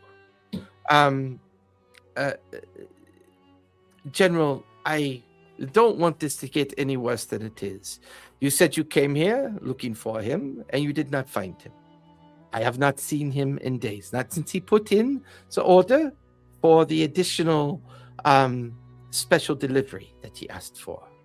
I was here to update him on this.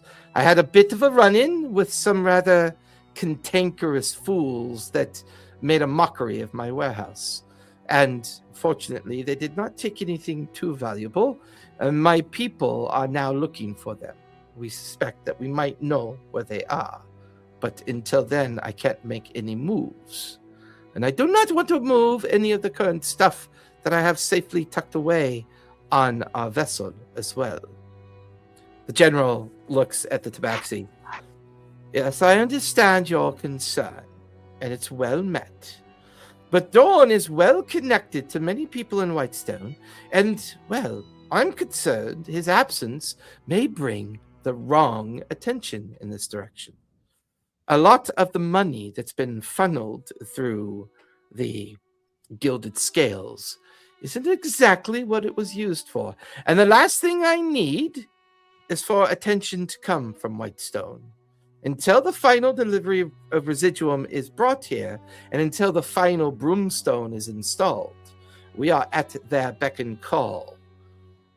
I understand your concern. I really, really do. I will task a couple of my better sneaks to see if they can find your Professor Dawn. Personally, I don't care because there's no money in it. The general looks at the tabaxi. Fine. Find him and I will pay you. That's more like it. Now, come help us finish unloading in here, and then we can all be on our way.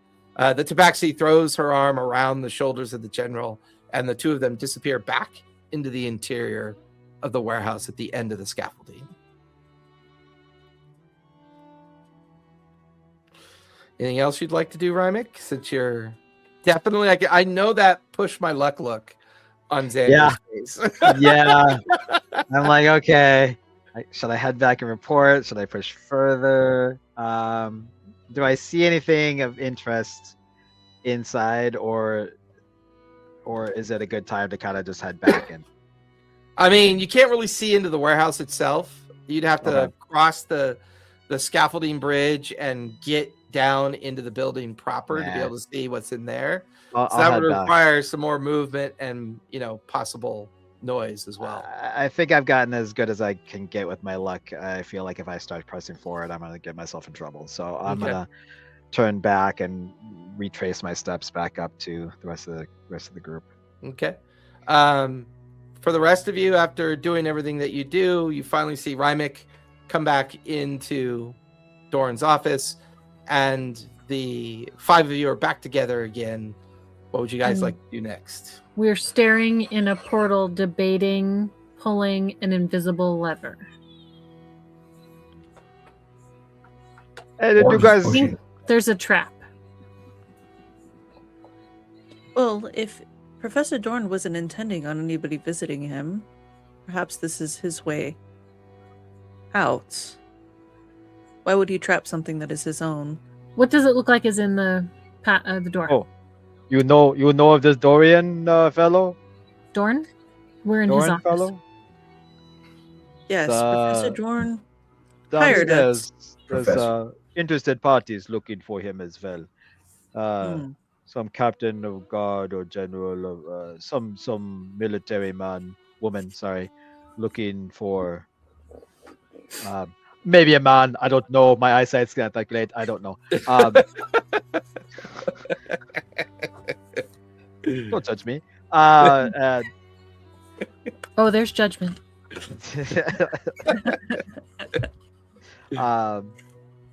that they're looking for him and that they haven't seen him for days.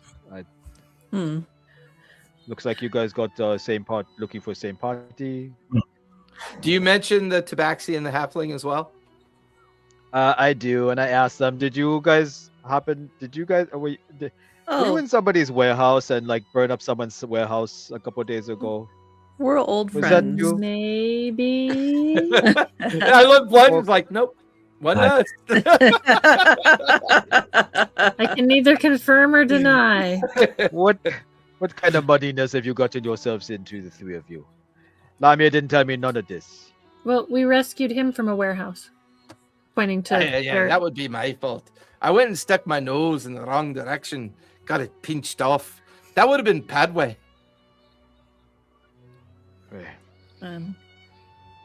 Well, So what's in the doorway? I mean, as you guys kind of like peek through the threshold of the door and the archway of the door, Mhm. it only goes in 10 feet. Mhm. It's basically almost like an empty broom closet. I pull the lever. oh my god. Oh, it better be the right lever. You guys watch as like Lyra has to get on her tippy toes, and she's like, Oh, I'm trying. I probably can't even reach it. Never mind. I'll come up behind you and like, gonna have I mean, to I'm only a go. foot taller, but I'll come up behind you and try and push you up.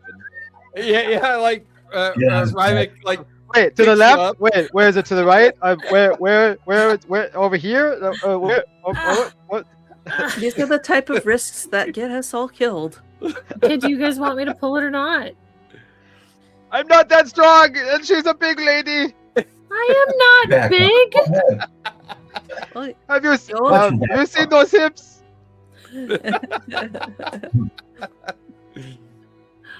Pull Are it. you pulling it? Are you pulling it? Or? Pull it. Guys, am I pulling it? pull it. I'm Okay, on I'm the pulling far it. wall. As a player, pull it. I'm pulling it. just... because you detect magic is still up, you can see the handle, and you barely are able to reach it now that Rymek is like holding you up there, and you yank on the handle.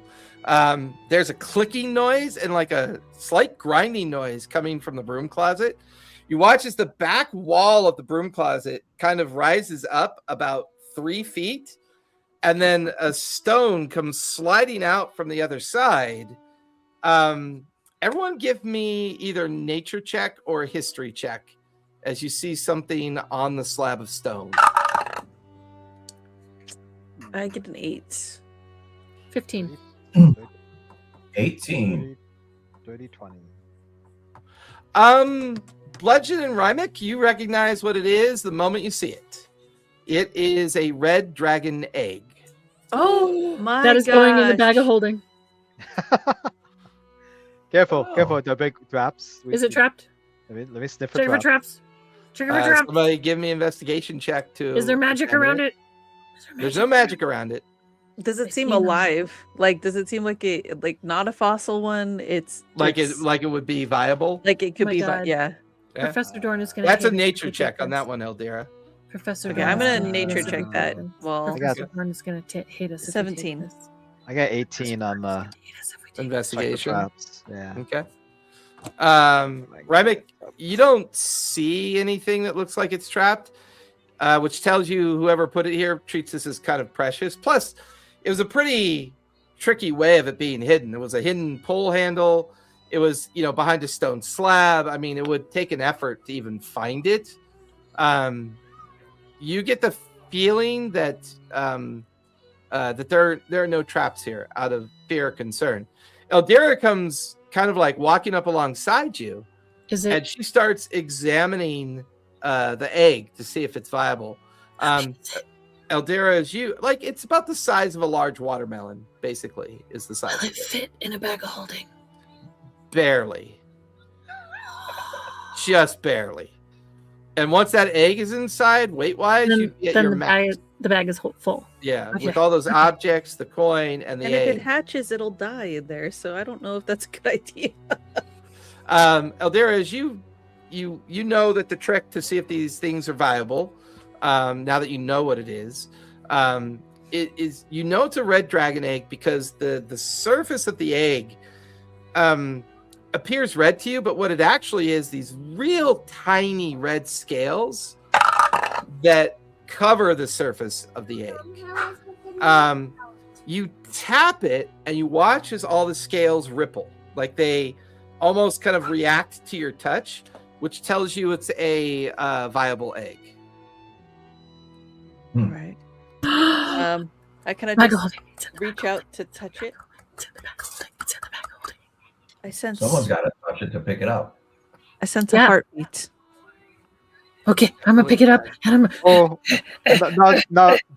not probably good time to tell you that there's a wormling dragon, red dragon downstairs too. Oh, Oh. do you think this is its egg?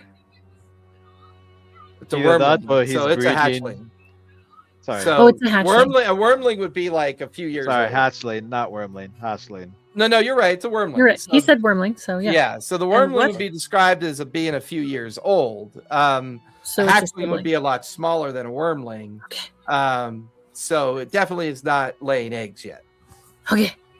What is Thorn doing with one of these? I don't know, but let's take this and then run away. Did we find out what we needed to know from his desk? Oh, just a couple of connections. One in particular, I think we find interesting would be your mentor. They have What- about 40% stake in the project that's going on here and are funding it as well. So I There's don't a believe we big- should. That doesn't mean that he's in league with Dorn. That just means that No, not in league, but I'm just saying they're close. So Heavily we might need to penis. tread lightly. There's a big warehouse downstairs with. I wasn't able to see what's in it, but probably the goods of that 40% of what they're trading. Okay. We're gonna close this thing. I assume if I pull the lever again, it all goes back. You yank on it or retract. You watch as the slab goes back behind the wall, and then the door is still open unless you push the book back in. Are we taking the And egg? push the book back in. Lyra's like holding onto it like a Bjorn. Like just shaking her It's head. in the up bag, and down. I'm holding the bag. Yeah. So, is this what we came for? No. This is a surprise.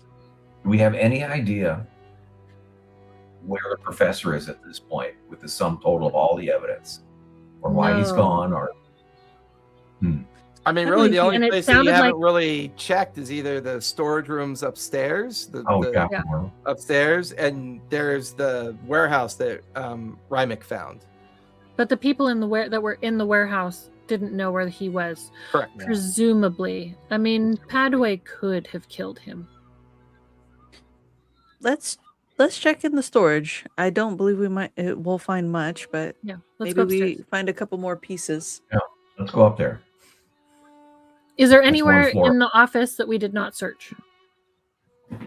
Looking around. Is there anything that we missed? There are some small crates in here that no one took a look at yet.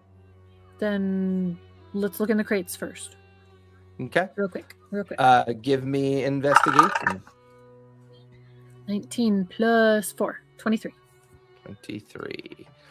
As you pop open the lid of the first crate, it is filled with a strange kind of meat-like substance that's well preserved in salt and Do I other recognize preservation. You open up, all these crates are filled with what you feel is maybe what's intended to feed the wormling.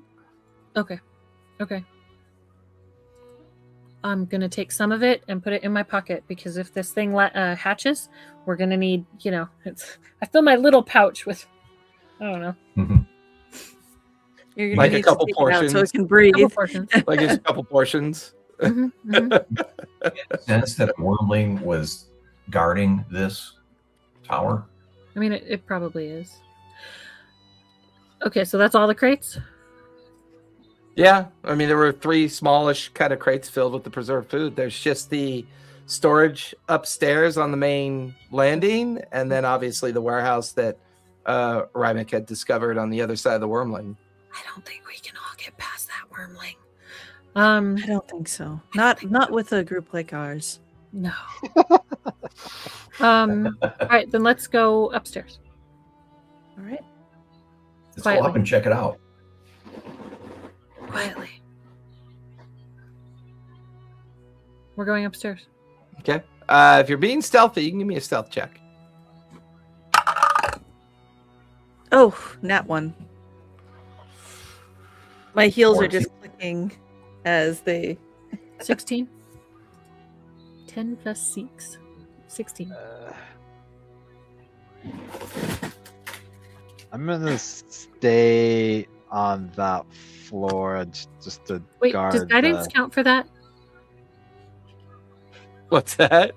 Yeah, guidance is an area effect. So whenever you're making any kind of checks, you can always add a D4. 17. Add a D4. Okay. I mean, she got a nat 1, so she could get a 5 at the most. I got a nat 1 on my D4, so I got it at most the 6. I think I'm gonna stay and guard the door that from the stairs that I walked up and down from, just to make sure no one's while they're doing the searching. Tries Okay. to pass the I don't wormling. know why we're here. I don't know what they're doing here. Like, I just know I'm supposed to keep them protected. Safe. so. Yeah, fair enough. Dariax is like now like still keeping an eye on the window. Rymick, you're keeping an eye out as well.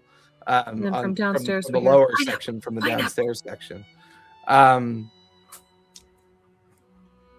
So as all of you go upstairs, Just the 3 of us? Eldira, as Eldira goes to lean on one of the wooden railings that you use to hold your balance as you go upstairs, and the whole railing just comes apart in her hand, falls out of her hand, clatters onto the stone stairs, and it's like. Oh, that does not sound good. Now, once, I'm gonna squint It's my a eyes at you mistake. again. but once is a mistake. Twice, a bad omen. The wrong card. We may have to climb out the window now. Do I notice? Do I notice any like shift of anything? Was that loud enough for like? To echo? echo You do and- notice you don't hear any more steady breathing. Oh, we gotta get out of here. Okay. Okay. Pineapple. Pineapple. Okay, Don't yell! let's go. Dariax goes, time to go, and he like falls out the window. And he's like shimmying down the rope back into the scaffolding. I am going to the rope to the scaffolding. Anybody that's now I'm currently following. fleeing out the window, I need either athletics or acrobatics check. All right. Oh no. Oh, cool. I got a 21. Oh, hey, twins. Nice. Twinsies.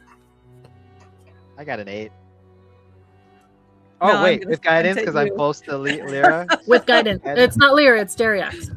Dariax? Natural Yeah. 20. So I say it was 9, 10, 11, 12. Natural 20. I got Woo! an Woo, 8. legend. 14.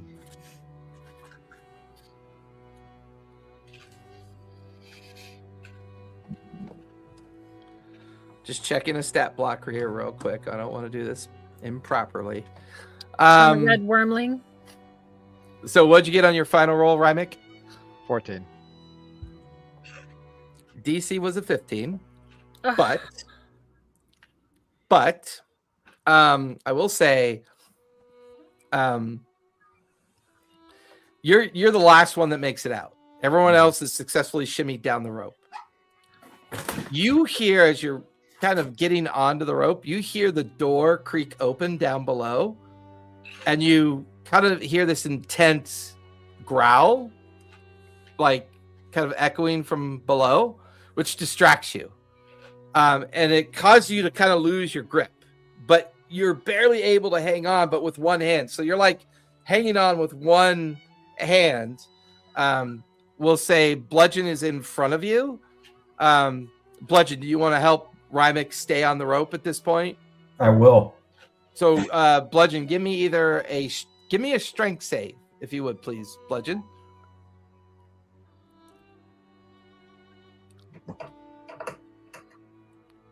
$23. Nice. Bludgeon kind of quickly reaches over, grabs you by the wrist, Rymick, and kind of takes your flailing hand and puts it up on the rope, and then kind of grabs you around your waist and helps you kind of shimmy further down the rope.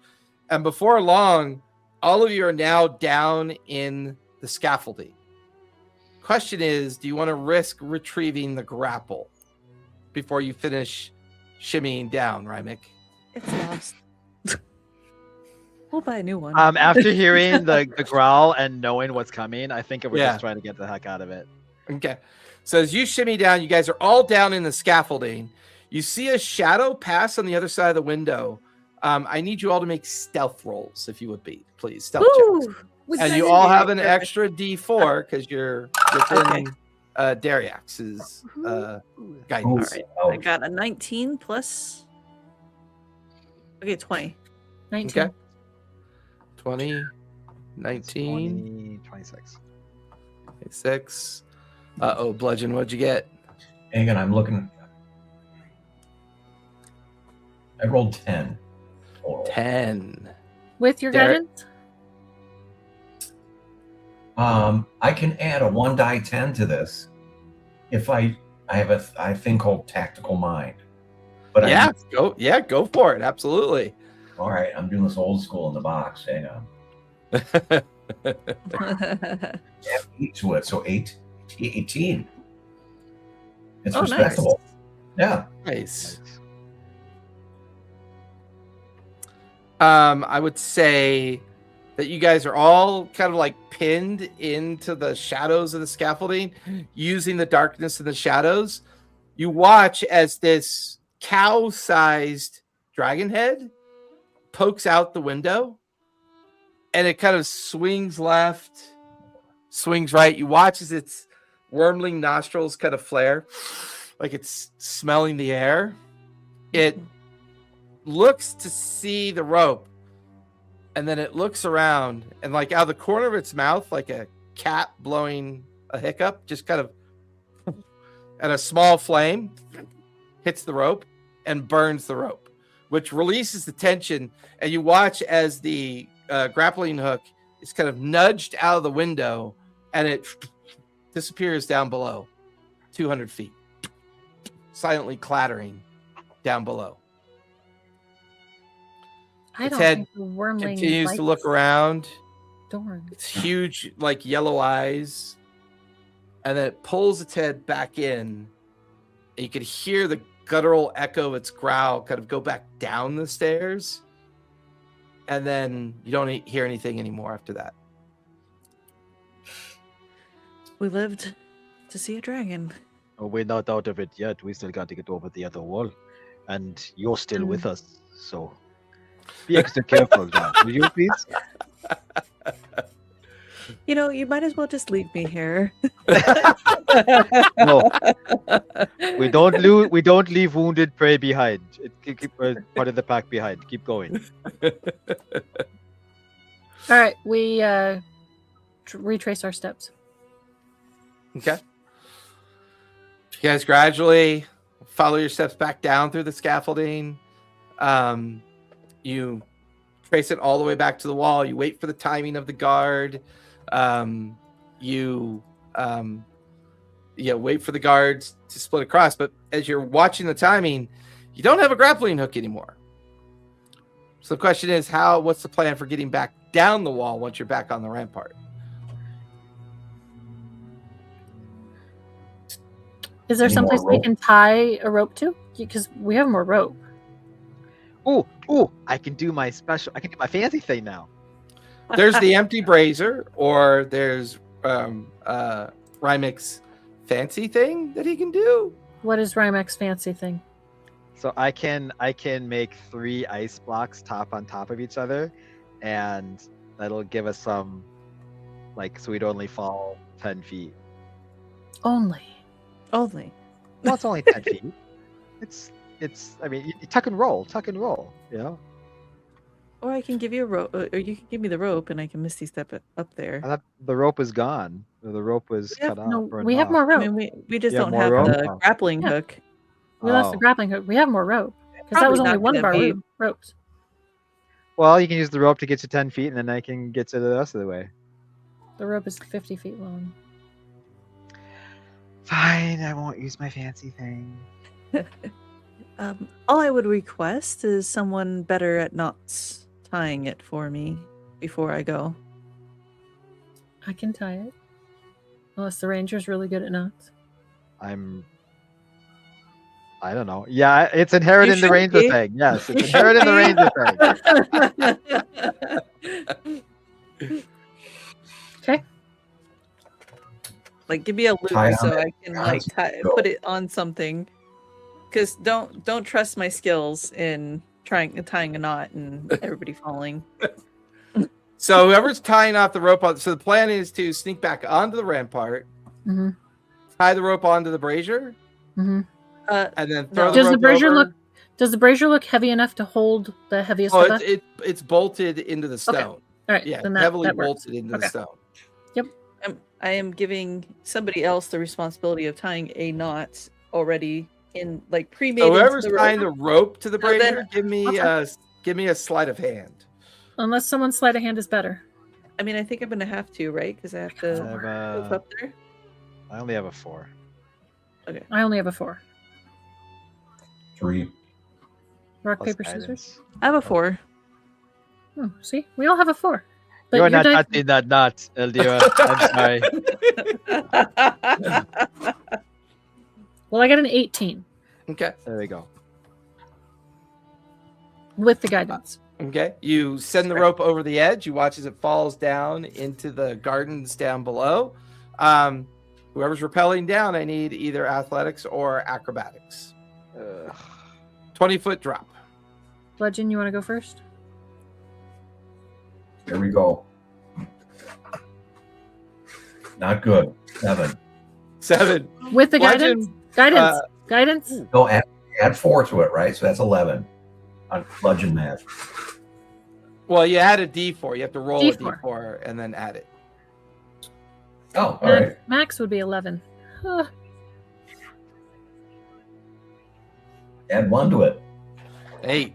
So as Bludgeon pulls himself over and he sets himself in a rappel position and quickly starts to slide, as soon as he sets the ropes in his hands, they immediately slip out and he falls the 20 feet down. Entangle. Are you casting Entangle at the bottom? Yep. Okay.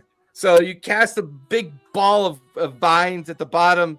You'll take half damage. So instead of 18 points of falling damage, you'll take 9 points What are you of doing? falling damage. All right. Boy, my fancy thing would have came in handy here. I could have landed on an ice cube. Then you just fall on hard ice. Yeah. But it would be, what? How far are we up? Were we? 100 feet? No, 20 30. feet. 20? Yeah, only the, 20 the feet. rampart wall is only 20 feet. The top of the What's the top of the tower is 30. The scaffolding into the castle tower was 150 feet. From the window of the castle tower was 200 feet. But right now you're only So 20 he would feet have- from. Yeah, if I could have done my thing, he would have only fallen 10 feet. Right. Next time, just do your thing. Well, the group was not trusting the ranger, so I was like, okay, I'll go with the group. It's okay. Not doing that Okay. again. I'm gonna Next go. I'm time gonna be a we will- lone wolf. Next time we will trust the ranger.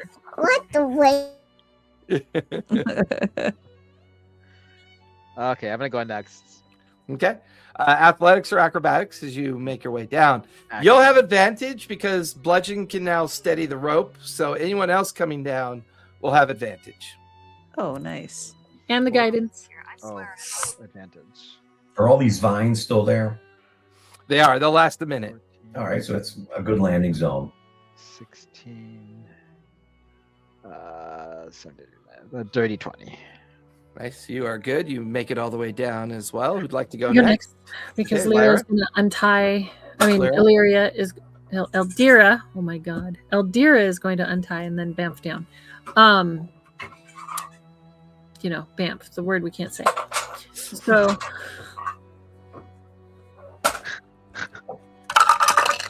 Why do I enable her? I got a natty 20. Nice. So 25. Okay. Dariax will go next. He falls right at everybody's feet. He'll take half damage, 8 Falls points. into the entangle. So, yeah. Yep. So instead of 16 points, he'll take out, and then he goes, and he bounces into the entanglement. You're like, oh, for fuck's sake! You gotta like gets up on his feet and kind of like gets out of the way. Might as well not have used the rope. Hey, I didn't take any damage. 50% You gotta success rate You gotta here. hurry up. You gotta hurry up. We probably only have like a minute left. Right. I Both will. those falls were a little bit noisy, however. Well, I was thinking the entangle helped muffle that. Not really. Great. Yeah, I'm Well, gonna. I mean- When you hit your back and that sheer force, and you just like you can't even help it. Like, oh, Ugh. Okay. Well, hurry up. Let's go. Okay. Let's go. I'm gonna undo the knot. I hope you didn't tie it too tightly. No, it's easy. If anything, just gave everyone a lower DC for the climb down. The DC was a 10 for the climb down. See, what you need to do is you need to use entangle with dandelions and not thorny vines. I will remember that for next time. Then they'll be soft and quiet. Okay. Well, there you And untie I and just- recoil the rope. And I just materialize amongst the rest of them. Yep. Everyone, give me one final stealth check to disappear into the garden and the nearby parks. Oh my god. Well, look at it, dude. I'd be like, you could bamf anywhere. You could have bamfed all those times that you were going to folly. You could just Well, up bamf. to 30 feet. 17. 17. Okay. 9. 9. What are we Oof. doing? Is that with your guidance? Yes. No, That is total with 9. Add a d4. Roll a 4. Rolling stealth, Rymick. 18 plus 6. 11 total. 24. Plus 2. Dariax Oh. got a 16. Bludgeon and Eldira. Bludgeon, you inadvertently step in a kind of muddy puddle, which kind of makes a loud splooshing noise. Eldira, you turn to tell Bludgeon to be quiet, and your forehead slams into a low branch. So like you turn to tell him to be quiet, you go, bam, and you're like, ah, like you kind of like Gosh. yell as you smack your forehead. With that, you hear people running up above, and 3 guards are now up above in the rampart holding out their lanterns on these long poles. And you hear one of the guards, "Who goes there? You down there! Hold your ground!" I instinctively fire an arrow off at one of them. What? Instinctively. It's just I am not instinctively. I am not with them. Well, he also made his stealth roll, so they won't see this coming.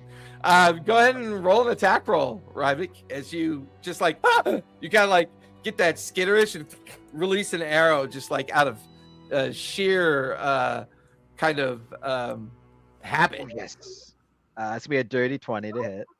Okay. You watch as the arrow hits the guy. Go ahead and roll damage. What's he doing? Let's see. It's going to be 6. It's going to be 8 points of piercing. 8. It catches him in the shoulder and spins him sideways. The other 2 go to grab onto him, but the pole with the light that he had on it kind of awkwardly comes with him, and they're awkwardly balanced on the edge of the rampart of the back. And you watch as all 3 of them fall backwards, and you just watch as they disappear. And you hear this.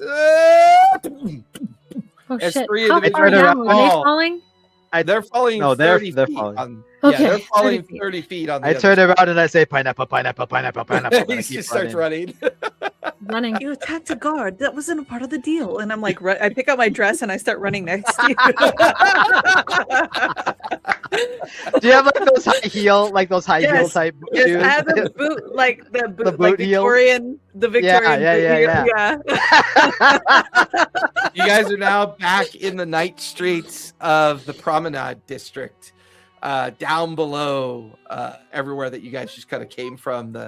You can see the effort being made to look for you guys as you fled the area, but you're too far gone, too far out of the district, making it through the alleyways, and now you're back inside the promenade area. Where would you guys like to go to next? Home. Let's go to bed. Act like we never did this. Laminas. If anybody asks, we were here all night. Per Lamia's instructions to Ramek, you guys approach the backside of the kitchen entrance. All 5 of you kind of a little bruised, a little beaten up, a little weary from the breaking and entering. You kind of sneak into the kitchen area. There, Lamia's like smoking a cigar, kind of reading the local rag of the city. She kind of plops down its edge and looks and goes, "Well, aren't the 5 of you a salty sight? I'm imagining that you've been here all night, of course. Yeah. I'll have food set up. Don't worry, got you covered." And she goes back to reading the rag, and she's smoking her cigar. We go up to our room. Wait, do we still have that epic luxury room that Dariax got us? Or are we in a different room? No, you can still have that one for now. All right. Okay.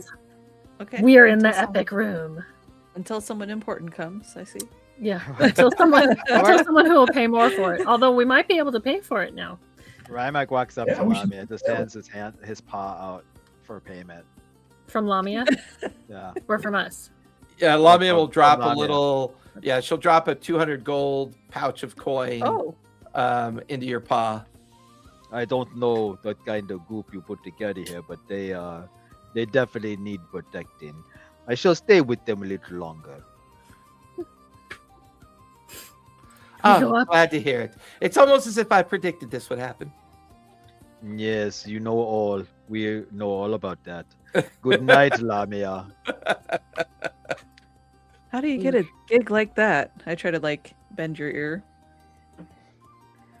I You're owe. gonna be paid 200 gold every time you go out with us? Wouldn't you like to know? I would. Yeah. Genuinely. What does your fancy cards tell you? Would you like a reading? I will give you a discount.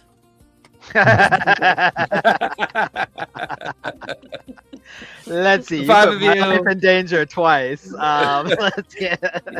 The 5 of you make it up back into the room.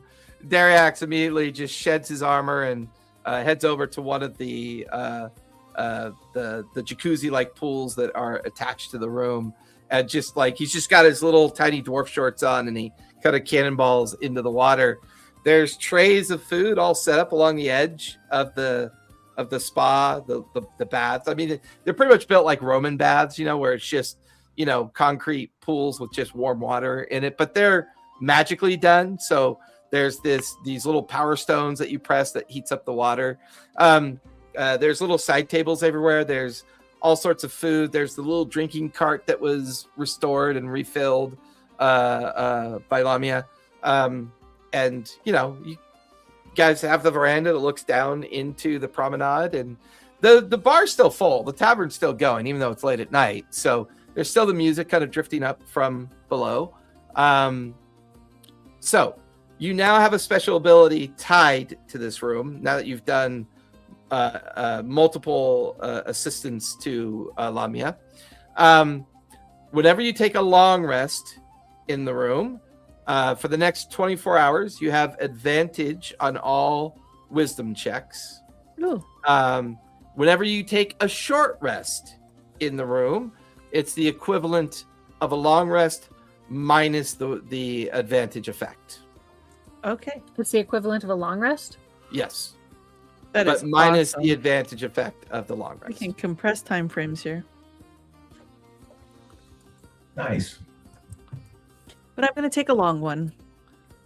Well, I want to pull out one at a time and investigate the things because I don't want to have all of it spread out in front of us just in case the fuzz shows up. And yes.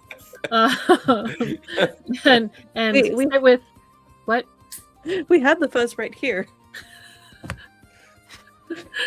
And he did promise me I could pet his tail. Oh, Anyways. yeah. Yeah, walk over and I'll kind of like flush it in your face. Okay. Top to bottom, not the other way around. You make it go. Top to bottom, top to There bottom. you go. Can I brush it? If you've got, I don't do synthetic brush. I do. He like pulls out this like magical brush that that says procured from the vagabond. Yeah. You know, has the little picture of the fur bug on it. Oh my gosh. Oh my Yeah, gosh. use this and make it bushy and make it bushy and bright. Bushy and bright. Okay. So after I brush his tail, then with Dariax, I want to pull out one at a time each of the things that we found. I'm relaxing, lass. Can't we do that in the morning? Oh, that's right. You found magics. I forgot about that. Well, bring them over. I'll identify them for you. Okay. I pull out the jar first. Okay. It is a jar of holding. What? Oh, What is that? Wait, is it in the list? Oh, It okay. is not. It identifies as a jar of holding. It is Mhm. able to hold up to 1,000 gallons of liquid. oh, that's wonderful. We'll never need water again. Nope. What's in it? Yeah, it is currently sealed. Up to 1,000 gallons of liquid, unknown. If it works like a traditional holding item, you can take off the lid, turn it upside down, and say the word empty. And I don't want whatever's it. I don't in want it should come 1,000 out. gallons coming out though. I'm just saying. That's all. I'm just. I don't want 1,000 gallons coming out. Empty. Oh, we're all drowned. No. We flooded the VIP suite. Lamia Right? kicks us out. Lamia did not like that. That's her Unknown damages. fluid sealed in it. Okay, we'll return to that. Put a pin in it. Small silver bell. Silver bell identifies as a bell of silence. It acts like the spell silent. Okay, bell of silence. It can be used once per day. Once per day. Nice. Nice. Okay. The magnifying glass. Gains you. It's a charmed. It's a charmed magnifying glass. If you use it for investigation checks, it'll give you advantage. Advantage on investigation. I cannot spell. Invest. We knew that. Shush. Might be your Most halflings dyslexia. can't. No, I apparently forgot N's on both of those words. The small silver statue. The small silver statue is. I'm sorry, small marble statue. The small marble statue. It is a homunculus. Once per day, you Ooh. can turn it into its homunculus form. It will act and behave like a homunculus. And then at sundown, it returns back into a marble statue. Okay. That's cool. At sundown. Returns. That one feels like dark magic. Yeah. Evocation. Wait, is it evocation? Okay, I think that's it. I think there's. And then there's Yeah. a No, because the book was book just was a lever attached. to open up the door. Yeah. Yeah. and the lever was attached. Yep. So we didn't take those. And then bludgeon. Do we want to count the gold or the coins? Let's dump it out. All right. We can dump on the floor. I think we should also figure out when this egg will hatch. Yes. So I'm gonna take the egg out. I'm gonna hand it to Eldira, and then bludgeon and I will count. We need to keep that fucking thing, are we? Yes. Let's sell this. See, thing. we need to sell it. No. That thing's worth a bloody fortune. That's why we're keeping it.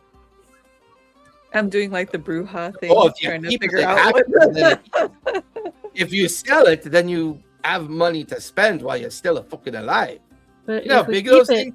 Even a hatchling can do a lot of damage. But if we keep it, then we have a dragon. You, I could change my Oh. subclass to Drake Worgen. Ooh. But Yeah, you that would be cool. seem to think Not that bad. a red hatchling simply purrs and curls up in your lap and just does what you want.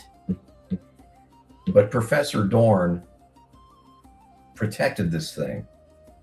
Well, he hid it away, that's for sure, but where did it fucking come from? By the way, where did that other wormling come from?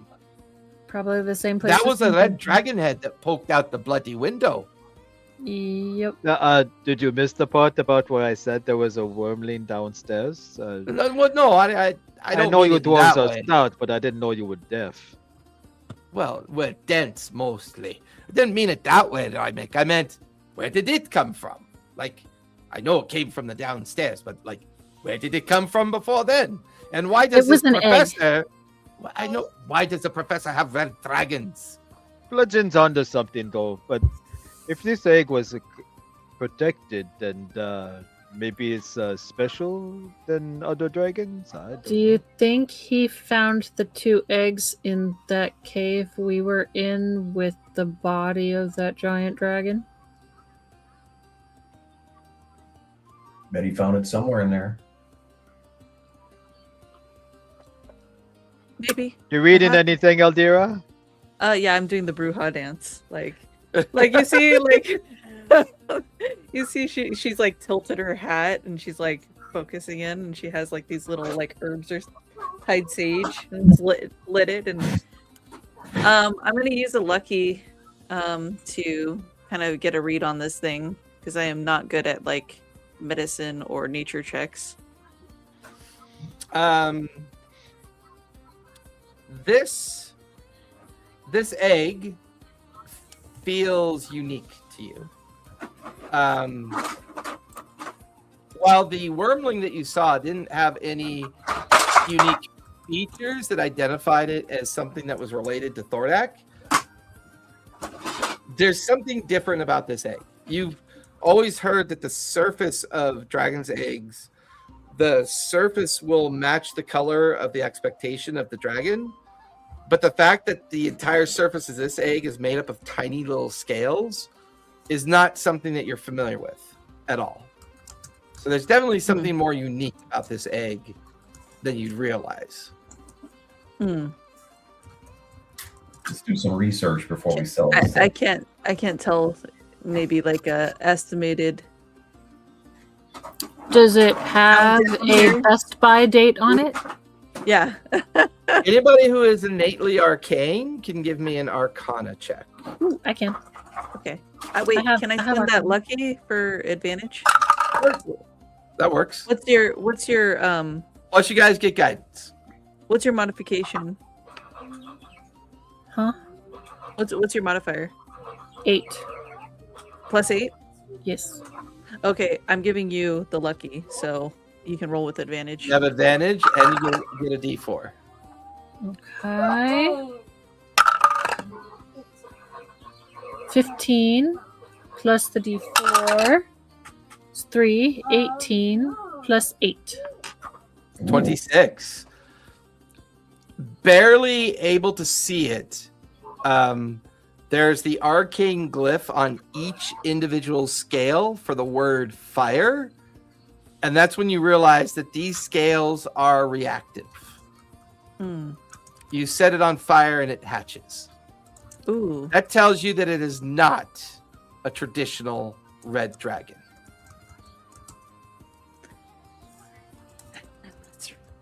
Of course it's not. Okay, so it's fine to just keep it in the bag then. yeah, I think so. So I'm going to stick it back in the bag. And we have lots of coins that we have to count. How much fire would it take to hatch this thing? Fireball, fireball, fireball, fireball. I mean, get the feeling that even if something as subtle as a candle flame would set it on fire. Ooh, Yeah, definitely put it in the bag of Because holding. once the first few scales catch, the They all- magic of the scales continue on. Mm-mm. The scales themselves feel like that they're not made of like a contemporary or known substance. This is definitely a unique item. This is not something. Beauty. This is not a trifle. It's in the bag. Is this part of Thordack? Different. I feel like it is a reincarnation or something, but that's just me thinking, not necessarily Eldira. Dorn wants to bring Thordack back. Maybe he's trying to catch him. But I would wonder for what purpose, because if he's putting so much effort into building this new city, why would he bring something back that would just destroy it altogether? Just playing devil's advocate. It's just weird. It is weird. Maybe he wants to leash it somehow so that it's.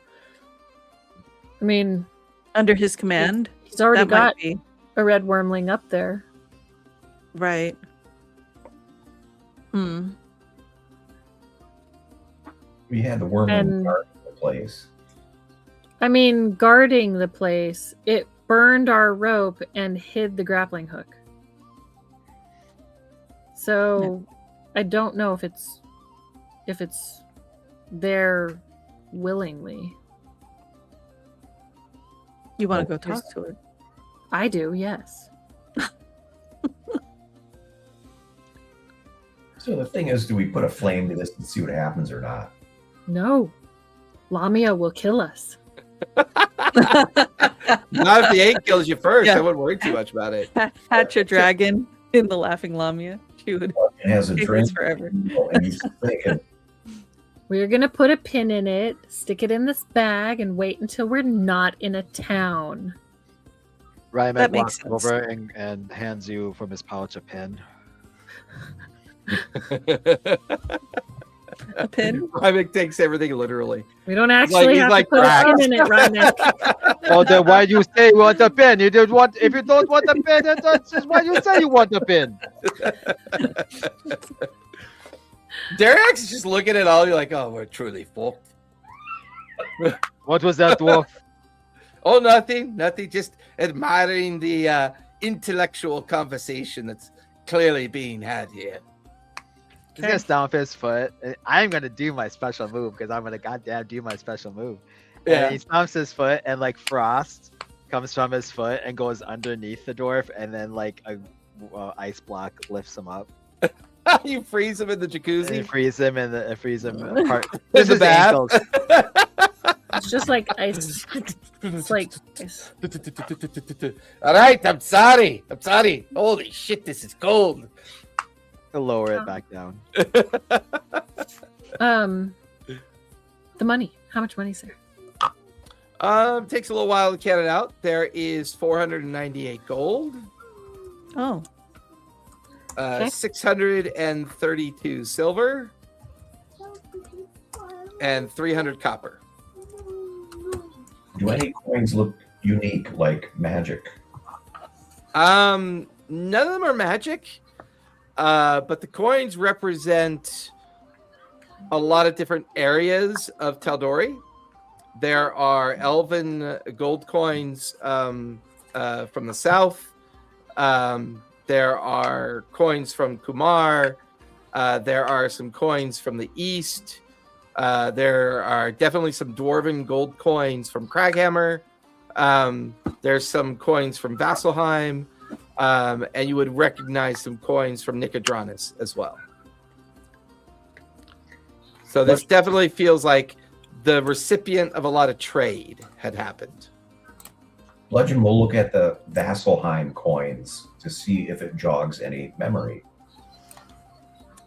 Typically, the coins are minted with the intent of whichever particular highborn is in service or Don Marshal is in service. The coins are maybe a span of 100 years worth of variation. None of them particularly spark any imagination. All right. Well, we still have not found Professor Dorn. That's a great gif, Zan. I was looking for that one earlier. We still have not found Professor Dorn. And it sounds No. like the people that, I mean, maybe Padway and them are working with him because they were in his warehouse. But it sounds like his own people don't know where he is either. Perhaps he went through the portal as well. I mean, he has the portal in his Vardo, so. But when we went through he does have the portal in his Vardo. But when we went through the portal, there was that time dilation. We came back before we left. So you would think that he would come back before he left too, right? Maybe? He could be anywhere. But I mean, you would also recall that the gate that you used had 4 different exits. Oh, that's true. Why is this man so important to you? because he is up to no good. We need to find out what he's doing before, I don't know, he unleashes some horror on the world. He owes us money.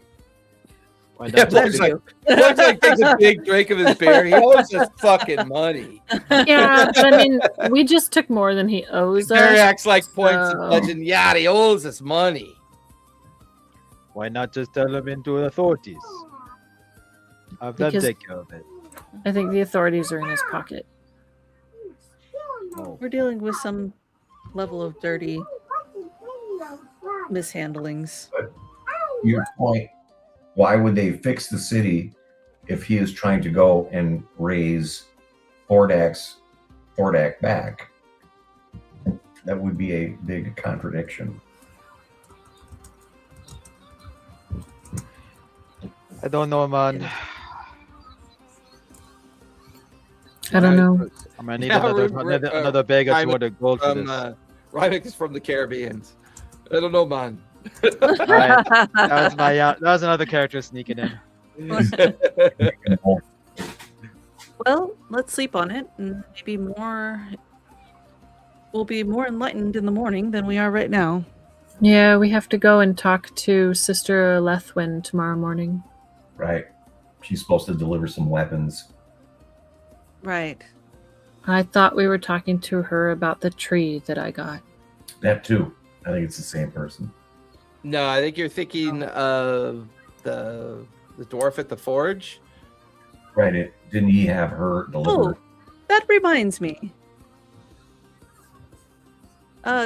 Darius, what is your beef Yeah. with the dwarf at the forge? That halfwit, he owes me money.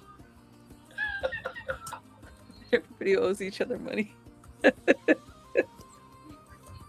Yeah, so why don't you collect it? You're Because right every there. time I do it, he skips town. Oh. I know he's back. I know he's back now, but I've just kind of given up, to be honest with you. What does skipping have to do with collecting money? It's hard to collect money from people who skip off. He kind of towels himself off as he gets out of the spot. And he goes, I'm going to bed. I'm tired. And kind of wanders off towards his room. We best get our weapons before he skips town. Bright and early, let's collect what is owed to us and have a chat with I Sister think Lethwin. you're still supposed to get something from Gilmore's too, right? Yes, we had Gilmore making something. The dwarf was making a long sword +1. That's what the dwarf was. What was... Then there's a blowgun. There was a fake spider poison blowgun. Mm-hmm. We have to pick that up. Legend goes to bed. Right. Eldira is gonna go to bed as well. Okay. Get some much needed rest. Okay. With that, everyone, there is 2 spare rooms. Rymick, Rymick. if you decide to stay. Obviously, the long rest affords everyone advantage on wisdom checks the following until your completion of another long rest. With that, you guys settle in for an evening after a successful breaking and entering, and I think it's a good spot to stop. tonight so that we can linger and chit chat. Everyone else, thank you so much for joining us. I saw that we were over on Panthea's channels as well as ours. We had quite a few visitors. It was fun.